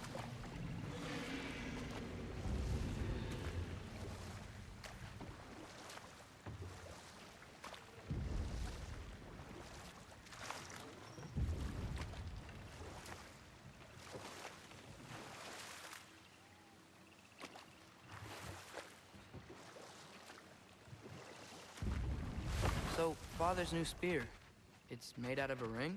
Draupnir, aye. Forged by the Huldra brothers as a gift for Odin. How's it work? Every so often, the Draupnir drips out identical copies of itself. The Huldras presumably figured that if one golden ring was a good gift, an infinite number of them would earn them a permanent place in Odin's heart. But it didn't. Not even a little.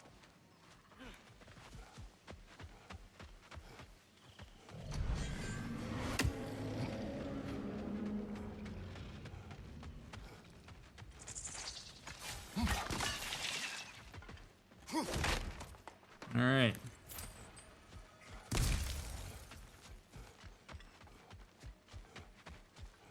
In real life, if you meet somebody like Odin who's conniving as hell, should you appreciate that person's skills insofar as it allows you to make an informed decision about how to protect yourself? 100% yes.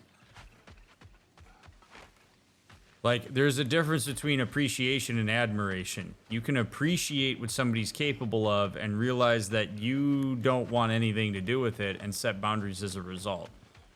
So yes, I would argue that people not taking Odin seriously or thinking that they are immune to what it is that he's capable of doing are the people who are most likely to get in trouble. Like, you've got to respect your enemies. You can't just write them off. You got to know what you're working with. Like right now, my enemy is figuring out how to traverse this area.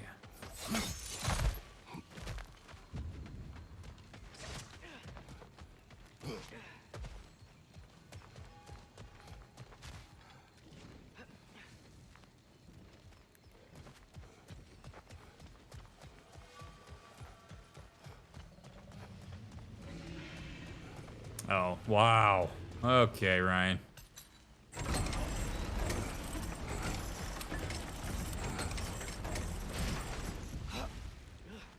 Oh, thank God I can at least cross back over there. Holy shit.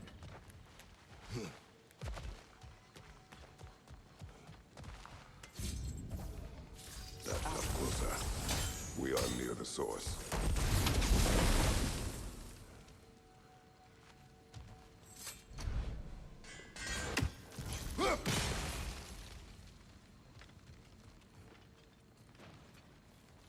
Have you ever encountered somebody comparable to Odin? Yes. Will I tell the story? No.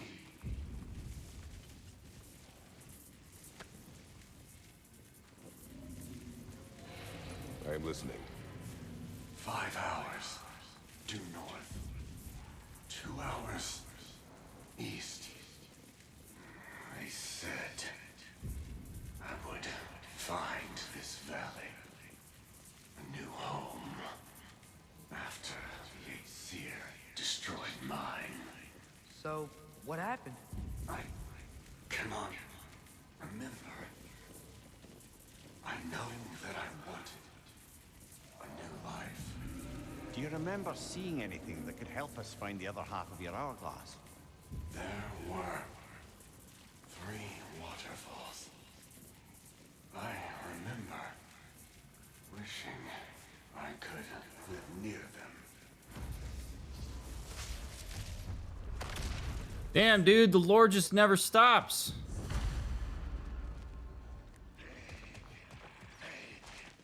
There must be a way across. Have we looked everywhere? Yes, there probably is. And it's probably right above here. Right here. It's probably right here, Mimir. It's probably like right there. How come?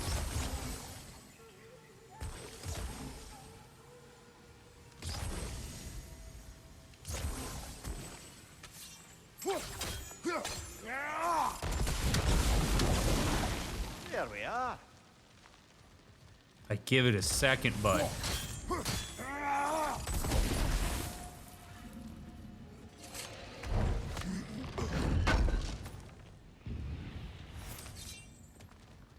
Okay.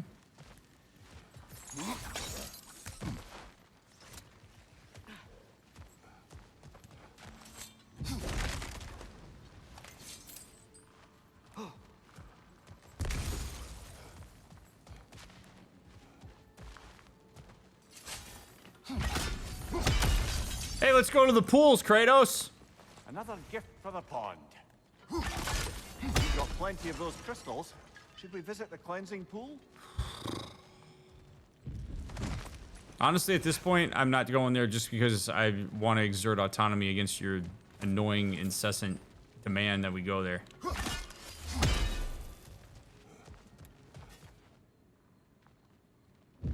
Aye. Watch my head on these walls, brother. Am I not always careful with you? Oh, yeah. Always the lightest touch. If something destroyed this tunnel on its way through, it must be big. No matter the size, every creature has a weakness. Huh. Quiet all of a sudden. It's gonna turn! It? Oh! Whoa! Bloody Drake!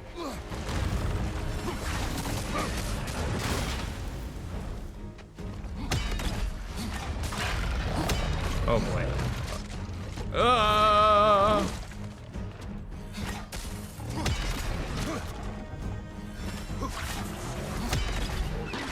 Sit down, loser.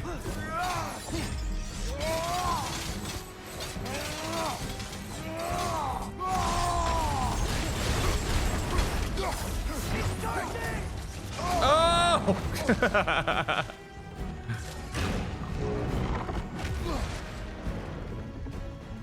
Show me more weak spots, big boy.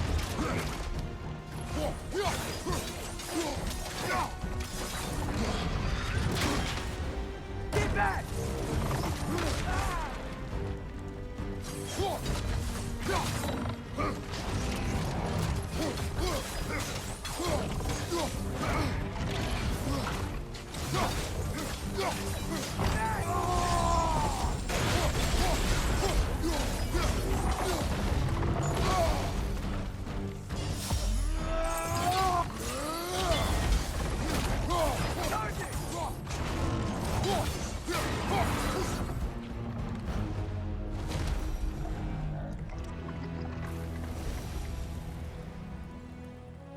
We should have anticipated such a beast in this valley.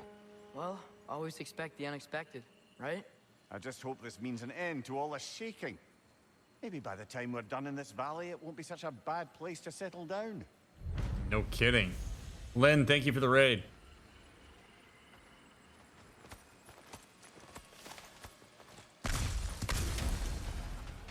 Cragjaw. In Vanaheim's Great Crater, we encountered a drake known as Cragjaw, a digging beast who had destroyed many of the veneer stone structures it called home. Perhaps with this creature gone, the quaking here in Vanaheim will cease. I do wonder if part of Kratos's like passive motivations for doing all this stuff here in Vanaheim is doing Freya a solid, by the way. Like I do think to an extent maybe he's like, you know, I owe this to Freya to try to help clear out her realm. Killed her son. She's been pretty cool to me. Let's do this. Maybe. He hasn't said as much, but I could see it being something that drives his willingness to go this far off the beaten path, given where we are in the trajectory of trying to take the fight to Odin. Also gives him quality time with his son. It's a decent way to headcanon it. Also, I just want to say thank you all for being here and making it through this far into the playthrough. If you're still hanging out here, know that I am grateful for your presence, whether on YouTube, Twitch, or whatnot.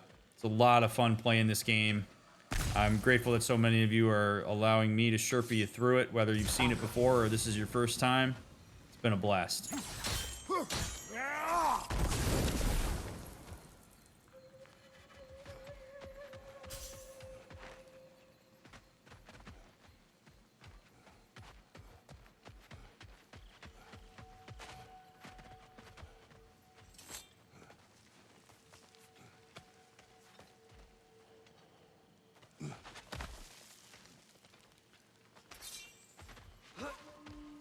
Oh, I feel like I have to sneeze and it won't come out.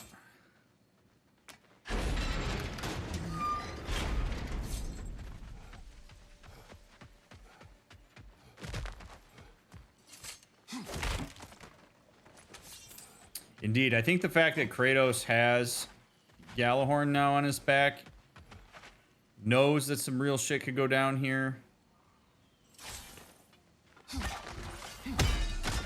I think he's gonna try to soak up as much time with Atreus as he can. I think they both know and are afraid that he's gonna die here.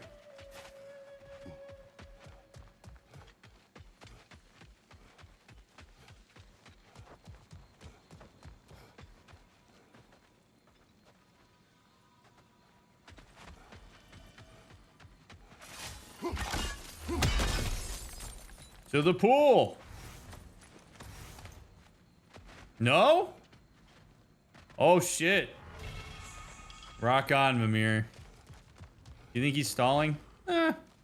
Maybe.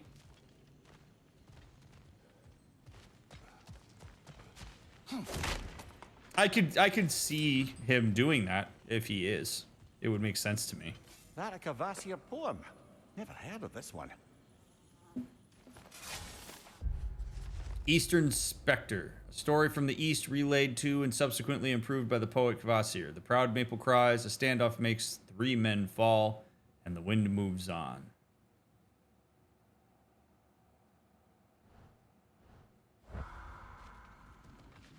Ghost of Tsushima.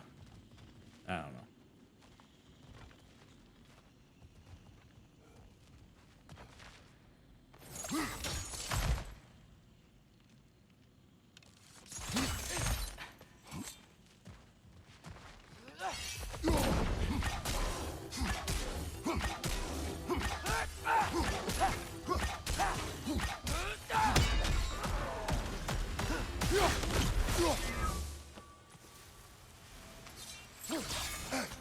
Whoa. Whoa, whoa, whoa. Oh, it's these stupid ass things.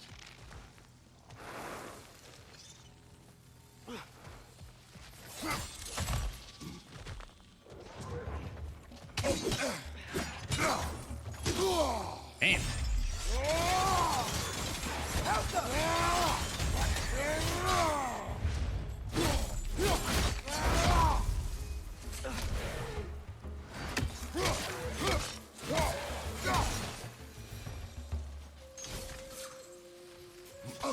Oh my god.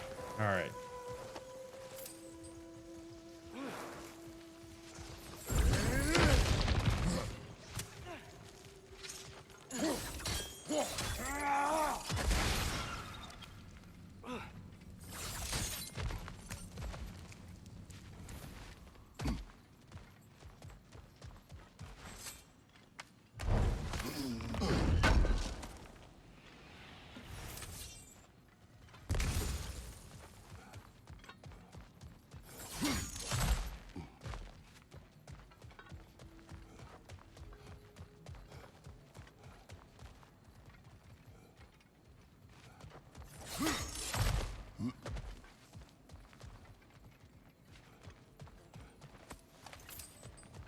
Okey.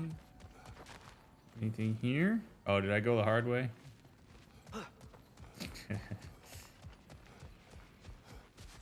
What have we here?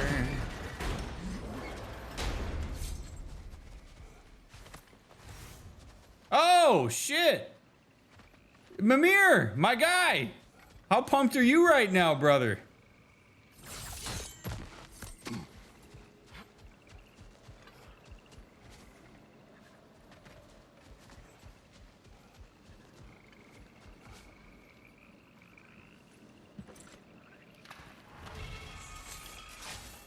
Hey, Mimir, do you ever notice Thor talk to his hammer? Oh, still doing that, is he? Yeah. Is he, like, charming the steel or casting a spell or something? No, just a weird bloke.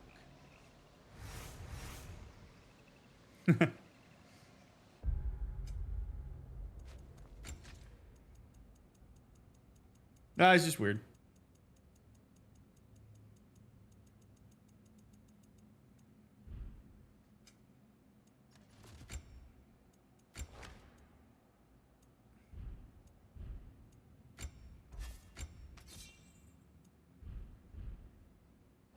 Okay. Do you enjoy 100%ing games before you started streaming? Seems like you love to explore every single thing. It depends on the game. A game like this, yes, I absolutely love to walk through and appreciate all that the game has to offer. Not every game, though. Sometimes I get tired of it. Spring, time of rebirth, renewal. Oh, I've missed the smell of those flowers. I'm sorry, kid. Just come back already. This is not the right tunnel.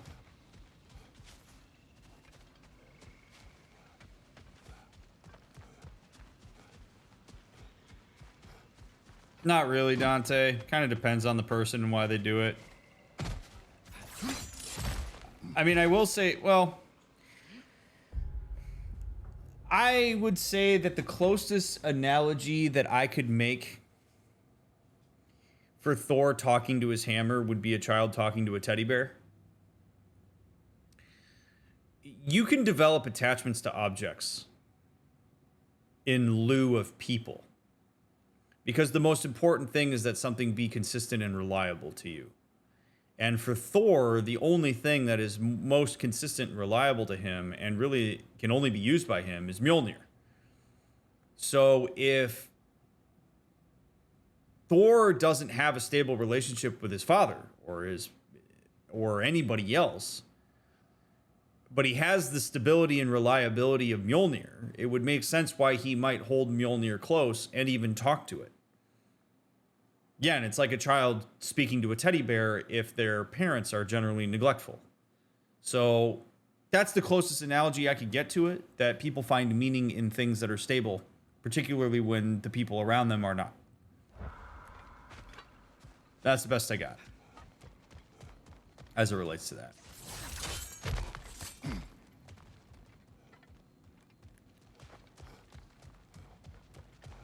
Yeah, like Atreus talked to Ingrid. Good point. To ask.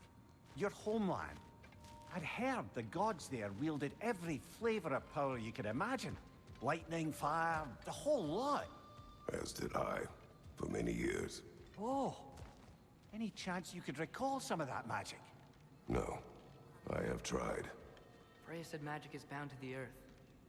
When your homeland died, your powers probably went with it. Well, probably for the best. Let the past stay in the past and all that. Man, you know, I love it. I love that Kratos doesn't shut this shit down anymore, man. He's willing to go there and talk about it. He has softened a bit on that, and that's, I think, a good thing. Good for him.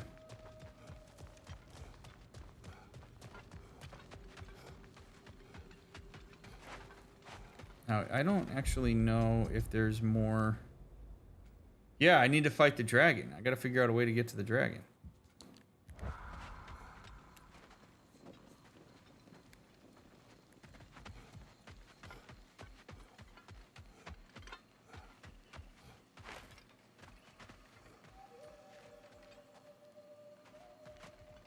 I'm also interested in figuring out how to go up, how to get up there.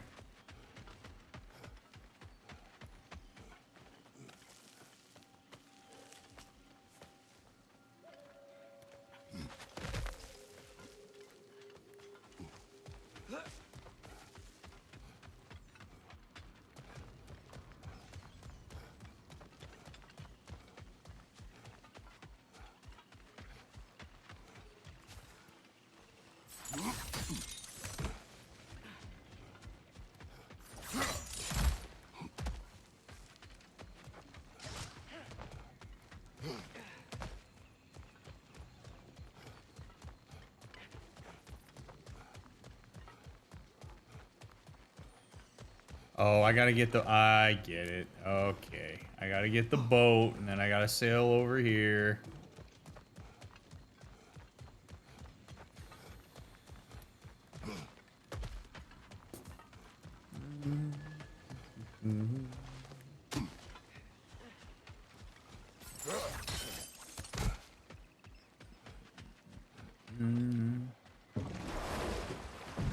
And And we go.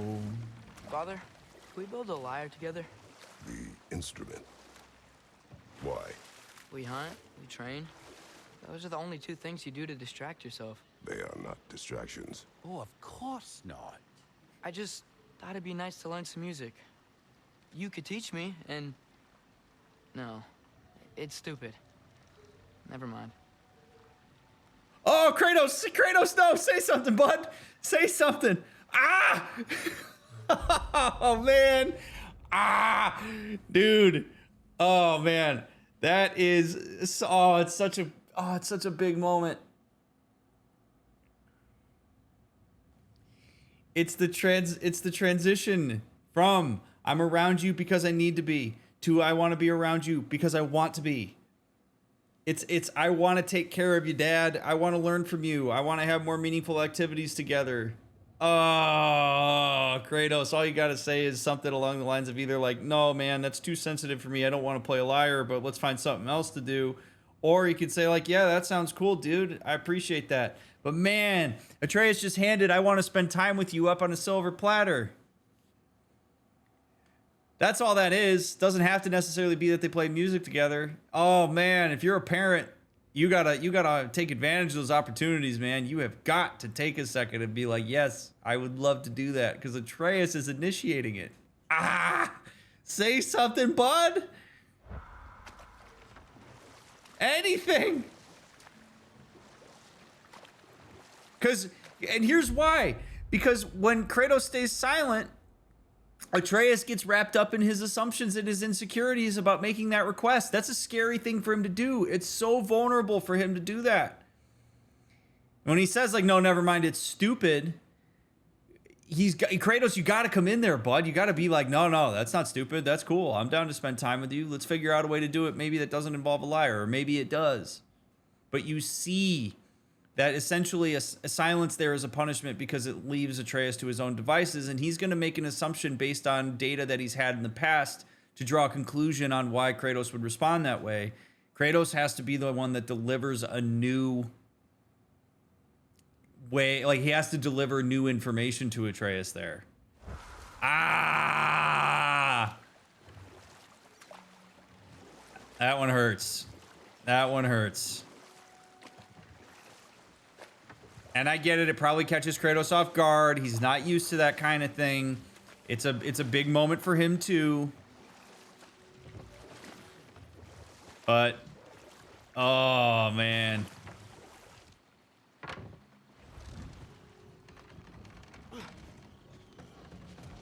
He wants to learn the words that his dad uses. Yeah, there's a lot of learning that he wants to do. You want to get to know Atreus. So look, if you're Atreus, think about it this way. If you're Atreus, you're literally observing your father deal with the pain of not knowing things about his wife posthumously. So I think Atreus is attending to the fact that there is real potential that his father could die here. So I want to know more about you. I want to spend time with you. I want to get information. I want to learn your words. I want to learn your heritage. I want to learn your past. I'm watching how much of a struggle that is for you to learn more about Mom. After she died, I don't want to have that experience. He may not be able to articulate that, but I can totally see that that's what's happening for him potentially. A berserker gravestone. Prepare for another fight. Oh boy, am I about to get my shit rocked?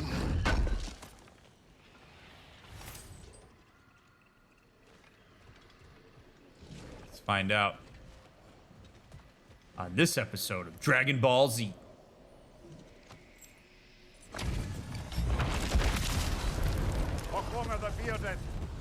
That sword doesn't belong to you! Whoa!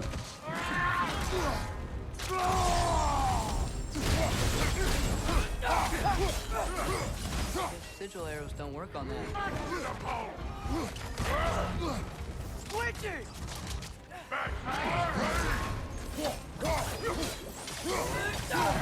I thought I hit that.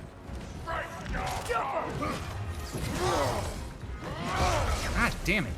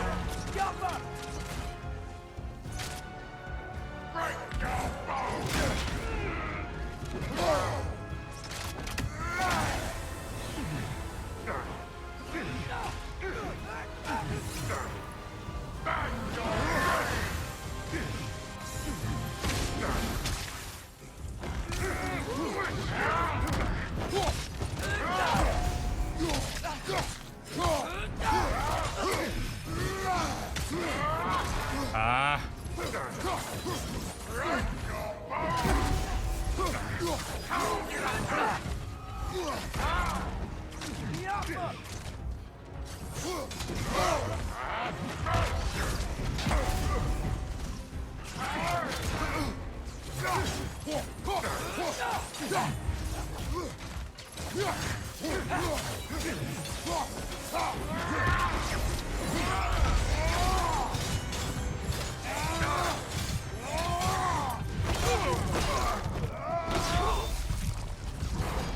This hill.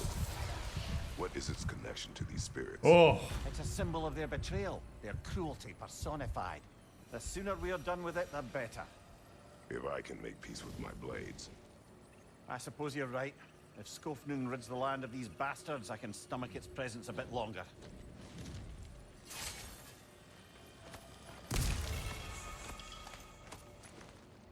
Holy hell, man. I can't believe we got that done.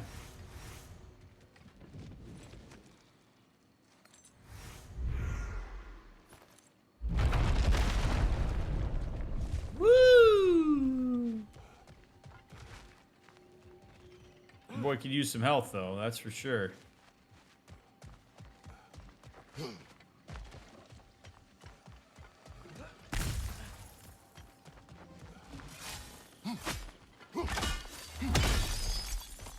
Good find.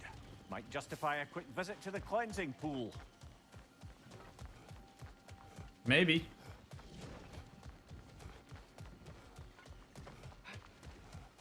More flowers. Hey, a flower. Cool.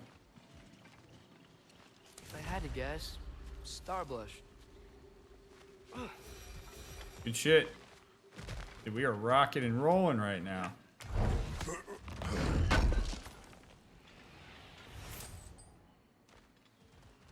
I can upgrade my Chaos Blades from Brock too, which is huge. Let's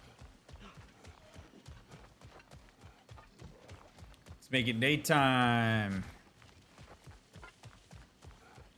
Daytime! Nighttime! Daytime!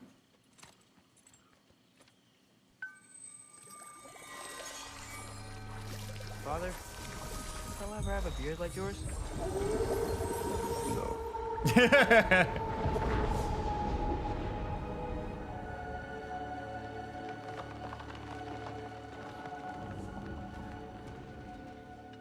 No. Why not?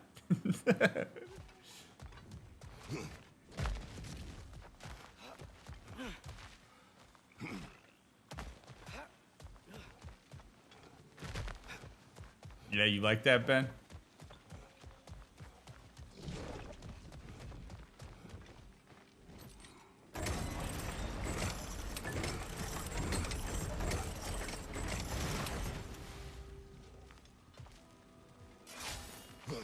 Carving. Looks like Yari and Selmer were here too. Another ingredient around here, brother. Mimir, tell me more of Yari.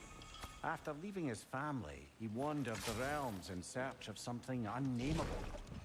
But in all his wondrous travels, nothing satisfied him. Until he met another wanderer in search of something similar. Unnameable. He was called Soma. Let us find the final ingredient. Oh, is this the stew? Oh, did this glitch out?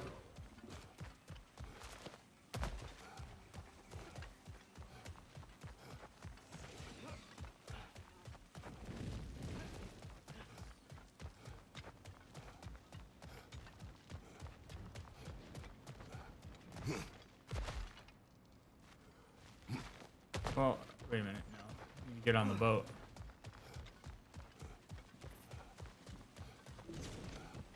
Yeah, there's so much going on. Like, we got so many things we gotta do. We gotta get the stew. We gotta do, I mean...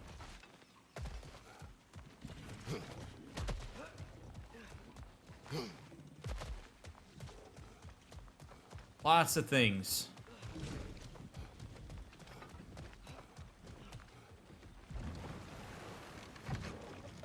Booyah.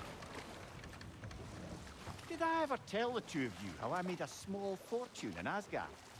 Once, Balder arranged for every archer in the city to open fire on him. We took bets on how many arrows could be lodged in his body until the sheer weight of them made him fall down. Ha! That's awful. Oh, no. He was laughing the whole time. And mine was the closest guess. 446 arrows exactly. That's horrible. You better not tell that story in front of Freya. Yes, lad. Because I've suddenly taken leave of my senses. Just saying.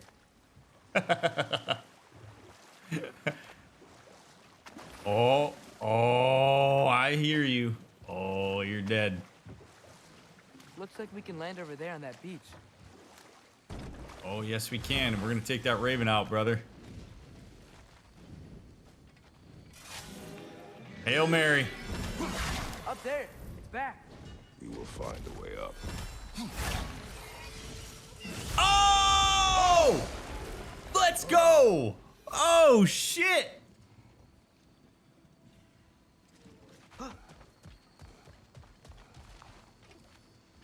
I mean, Kratos was the #1 javelin thrower at Sparta High School, so it makes sense, but, I mean, come on now. That was freaking sick.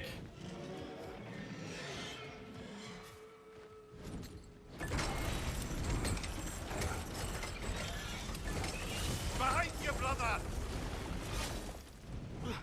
Yeah.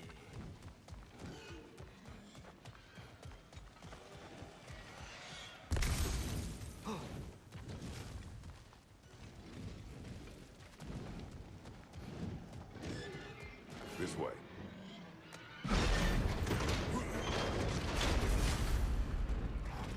Whoa! Push forward.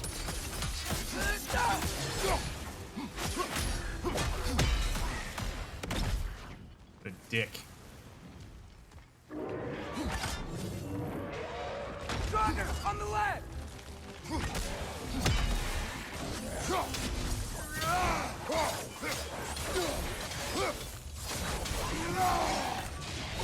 Oh shit! Oh Jesus!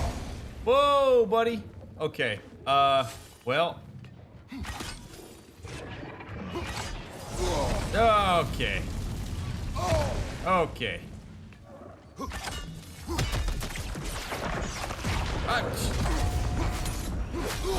Ah! Fire, Kratos! It will pass!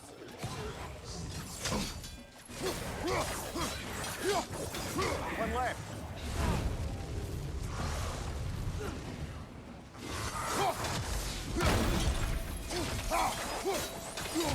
Behind you, watch out!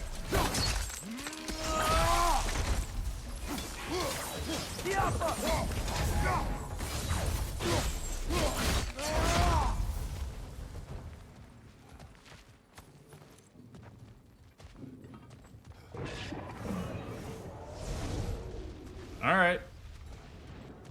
We got this.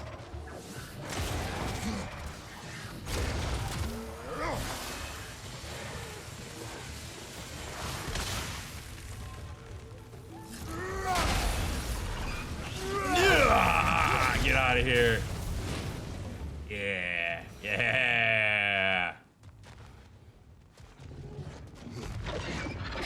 Dick. Oh, God.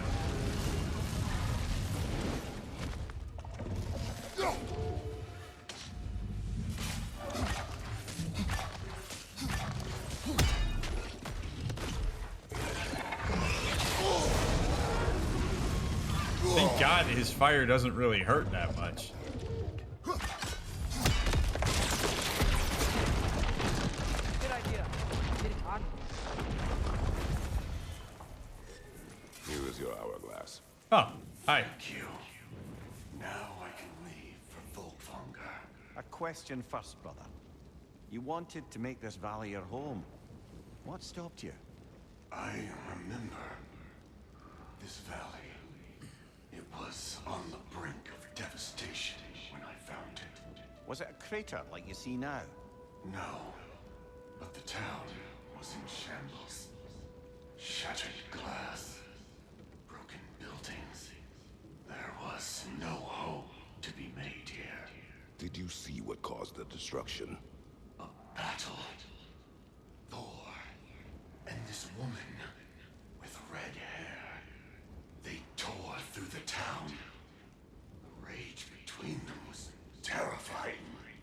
was enraged. I'm not surprised. No. The warrior. She was furious and fought like it. Thor was drunk, sloppy, but she was drunk on something else. Rage. It was out of control. I saw her fury with every swing of her axe. That battle destroyed this land. These stories, I have known Faye's anger, but never to this extent. We hide the parts we're ashamed of, brother. Mom must have hated Thor for what he did to the giant. Maybe that's why she did what she did. She took part in the destruction of this valley. That would take a rage I thought her incapable of. Perhaps you and Faye had more in common than you thought. We both had secrets. But that kind of anger, I never saw Faye in that light. Even the brightest among us carry darkness, brother.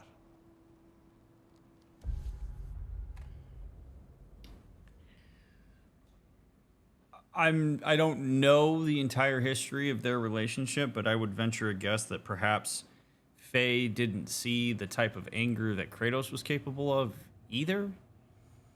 And I think that's actually, probably without ever discussing it, probably a bullet that Kratos took for Faye in their relationship. So the thing is like when you have a mutually defined vulnerability where both of you struggle with that in the way that you struggle with it, sometimes what we'll do is we'll split and we'll load those dynamics into people who appear to have more of an ability to take it on than others. I think it's a lot easier for Kratos to take the burden of, I'm an angry, out of control person. I also think partly because he's so wrapped up in shame of it, but it was more salient to him. And I think, Faye potentially just was stabilized by Kratos in the same way that he was stabilized by her. She just didn't ever let on that that was the case. Maybe she was ashamed of it. Maybe being with Kratos made her rage relative to his more palatable for her to handle. There's any number of explanations. Unfortunately, this is what makes this so difficult. I don't have a ton of analysis here because Faye's not available to us.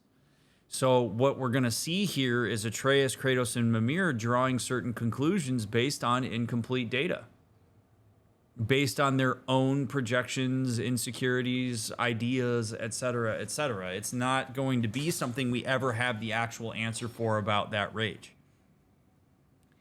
And again, Kratos, maybe Faye was an incredibly angry, dangerous person, but Kratos was so soaked in his own ideas of how much of a monster he is that he couldn't possibly see her that way. Like, there's a real relativity to that as well that I think potentially could make her seem like she's incredibly sweet relative to him. Or maybe she was. It's hard to know because she's not here. Regardless, it's cool that they get to learn a little bit about her here. And whether it changes their perceptions of her or whatnot, it's for them to kind of decide how they want to author the narrative around it. I think, though, that Kratos potentially can empathize with her more now. Instead of looking at her as withholding, he could basically be like, yeah, I get that.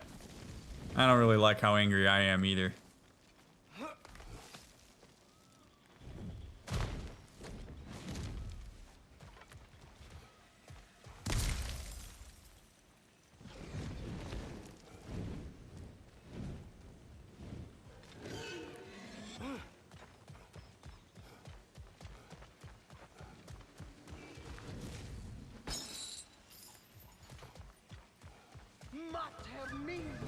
She's back for more. Oh, what's up?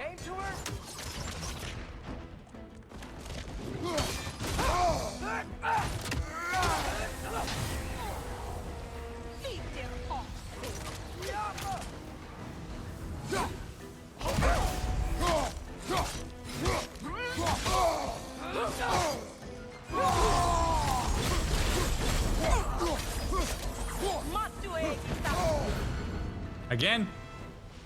Again? A tactical retreat. Wise. I think I know who this huntress is, brother. The Aesir called her the Untamed Fury. Why'd they call her that? Vanir refugees, families, hid in this jungle to escape the Aesir. Einhir Yar searched, but it was the Untamed Fury who found them, picking them off night after night, until they were all dead. They chose the wrong jungle, and her retreat is strategic. Indeed it is.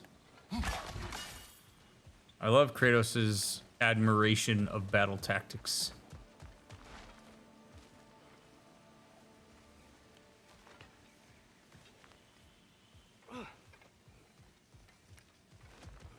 Alright, there's one more of these stupid ass things.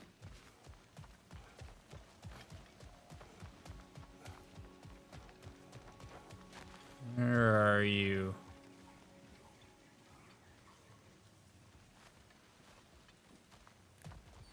That's his love language, yes, battle tactics.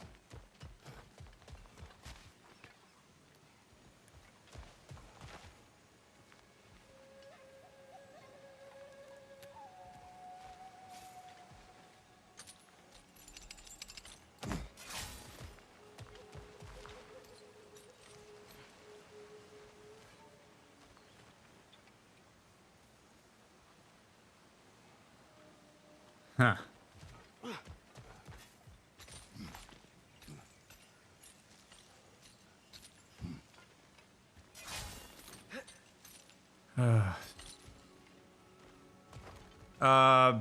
Sadie.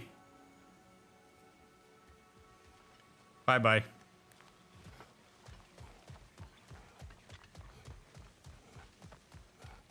If you're still here. Smile, it literally says don't backseat. Like, literally there's a message in chat that says don't tell me what to do. So, see you later.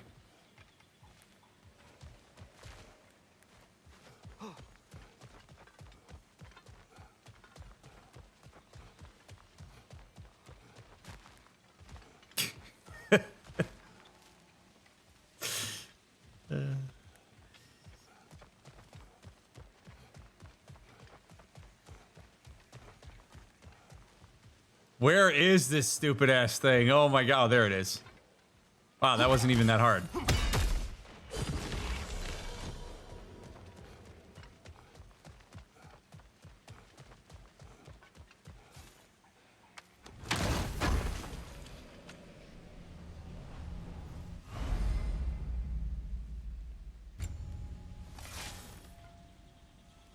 I mostly just find it funny. I don't know, like, whatever.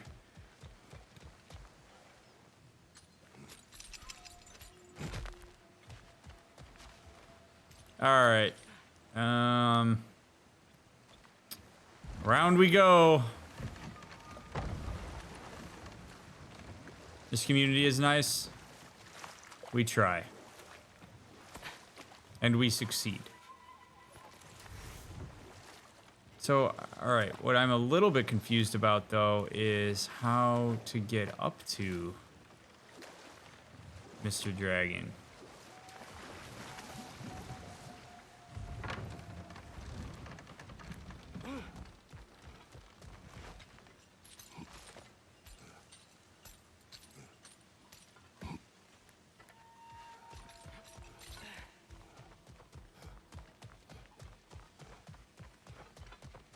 Because there's nowhere for me to climb. So, oh yeah, there is. Okay.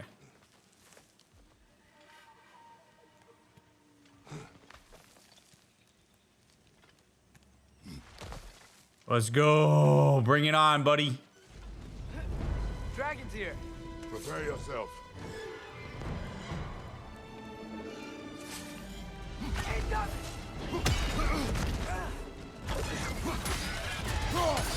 Yeah. Attack the throat.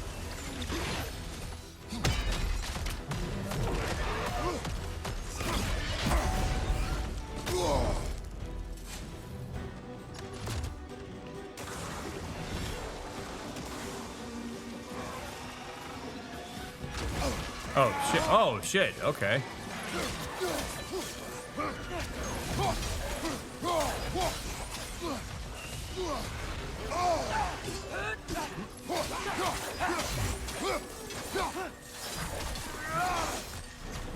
Can't do anything while he's on that pillar. Yep, I got you, my boy. I got you.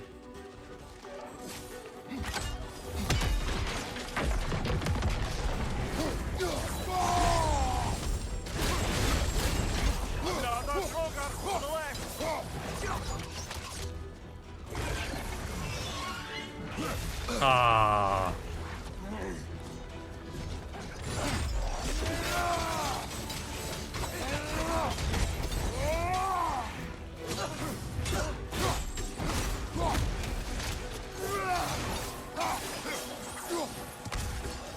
It's back.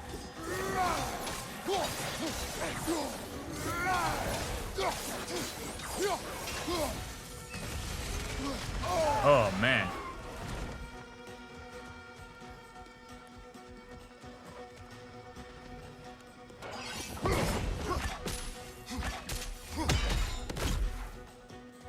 Incoming! Above you!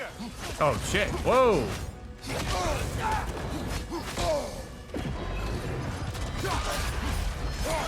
Is that Bifrost?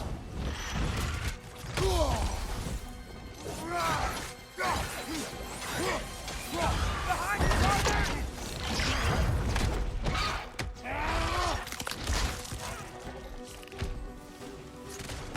Oh, he's on the other one. Should have seen that coming. Wrong weapon.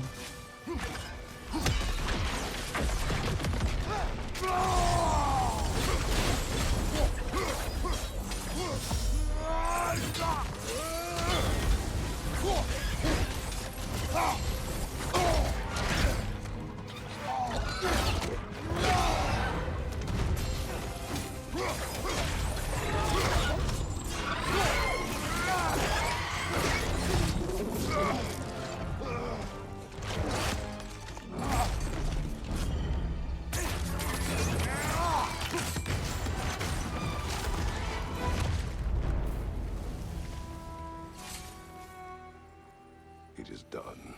Well, this one's done. Got a ways to go before this crater's cleared out. There can't be many more dragons left now. Then what are we waiting for? After the long winter in Midgard, traveling to the other warmer realms has become relief. The fire breath of these dragons, however, gives me new appreciation for the cold. Yeah, right?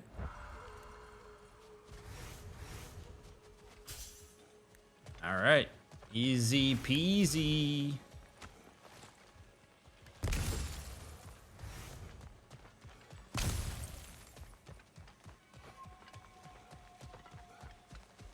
Let it be known I killed that raven from way over there instead of from up here. Like a freaking champion. Look at that. We got seasonal stag and a chest. That's all we have not done. While being attacked by a dragon. Yes, yes. Let's not forget that.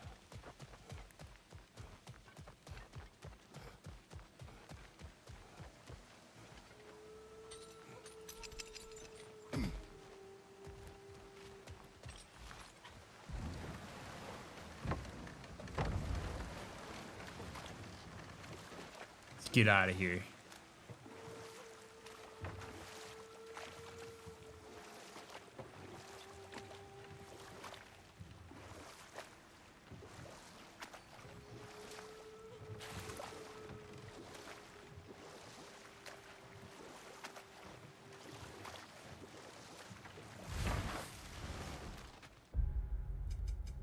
So, okay. So here, there's one lore that we're missing. Lore.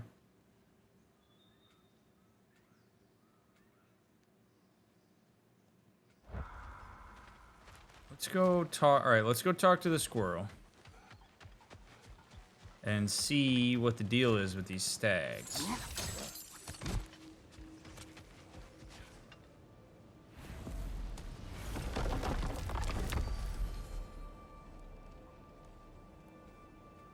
Oh, actually, you know what? Let's go to the Ravens.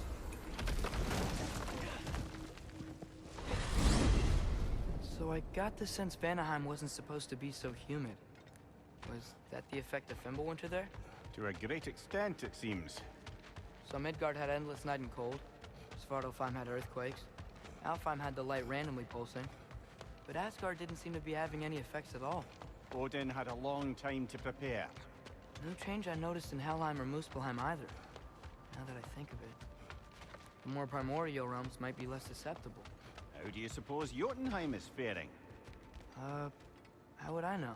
Just training your powers of speculation. I don't know. If nobody's there to see, does it even matter? Now you sound like your father.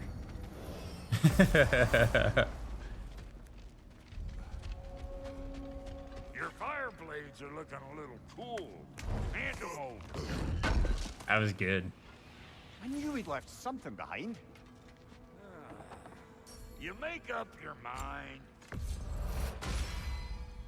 Hot damn. Would these make for a painful way to go? Take care now.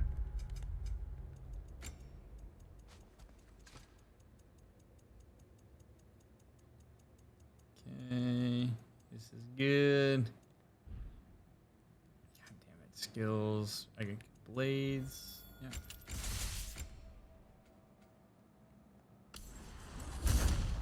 Boom, baby. Drop near. Oh, we're about to be fully kitted out. Yeah. That's how I like it there.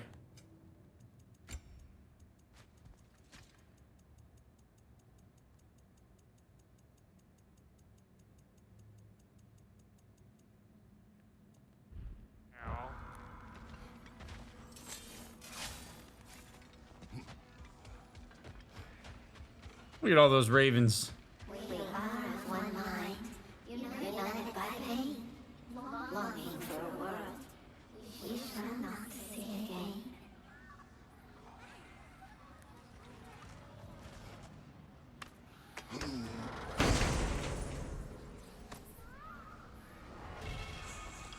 We tried to escape. We clawed. Power slam attack. Oh. Oh. I think that's what we're gonna have to go with here, because I don't really like that one. So we're gonna go here. Meteoric slam. That's where it's at. We screeched, but nothing escapes the Keeper's reach. Mumia, how do we find this Raven Keeper? I'd love to, brother, but I've no idea where we'd look. Or if the Keeper's even still alive. We will find her. Boy, he sure loves doing extra stuff now, huh?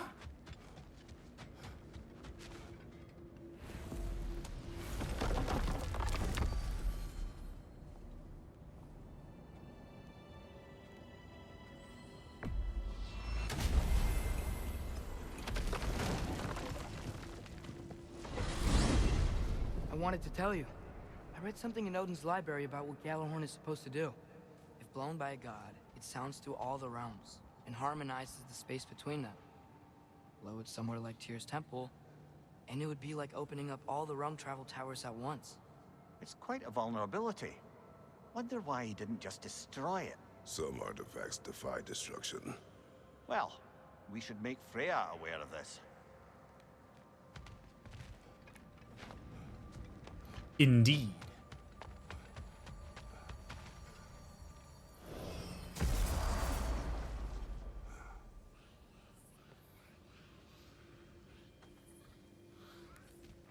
Hello! Boss wants a word? Yeah, fucking jackass. Over here. The boss is going to want whatever lean worms you have, so, hit the chime already. Ha! Good! I have something important to ask of you. Speak. The tree has become rather overgrown. And? And if it grows too wildly, the branches risk getting too heavy and falling, which is not ideal considering they hold all the realms. I am no gardener. What an absolute shock. No, I do not require any horticultural skills from you, but I would ask that you keep an eye open for the stags of the 4 seasons. They normally graze upon the tree and keep it tidy. Unfortunately, Bitter decided it would be funny to trick Arrogant into releasing them. If you happen to find the stags during your travels, I would greatly appreciate assistance in bringing them home. I would have one of my spectral squirrels do it, but they, well, keep eating the feed I give them. Consequence of it being the most delicious food in all the 9 realms, I suppose. We have seen these stags. Great. Then all you need is some feed. Once you've found a stag, the feed should calm them down. Then one of my spectrals will guide them back here. And, don't eat the feed, please. I will not. Bitterness asked me if I was too chicken to release them, but I am in fact not chicken-like whatsoever. So as you can see, I had no choice. Yes, of course. What else could you have done? While normally this would be a harmless prank, Fimbulwinter prevented the stags from returning, and now they have long since scattered to parts unknown. It was worth it. Now then, any luck finding those lean worms? Yes. So were you always a freakishly large immortal squirrel, or? Don't forget handsome. No, I was once a regular squirrel, the same size as these wispy, spectral versions of myself, in fact. I was unremarkable. I stumbled upon the tree near what should have been the end of my life, the victim of a random act of predatory savagery. But the tree, it had other plans for an insignificant creature like me. But I have prattled on for far too long. I will leave you be, Master Kratos. Please come back anytime. They look quite healthy. All of the little ones are now safely settled in their new home. You have my gratitude. Might have done it sooner. You sought the dragon's offspring. Why? To alleviate my heart-rending loneliness, of course.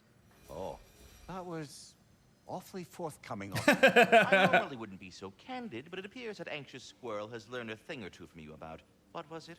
Not caring about how others perceive you.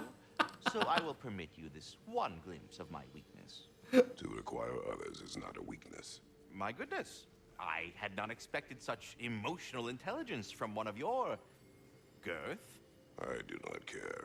Oh, well, this was a delightful conversation. I love that. I don't have anything to add. Everything Kratos just said, perfect. More succinct than me.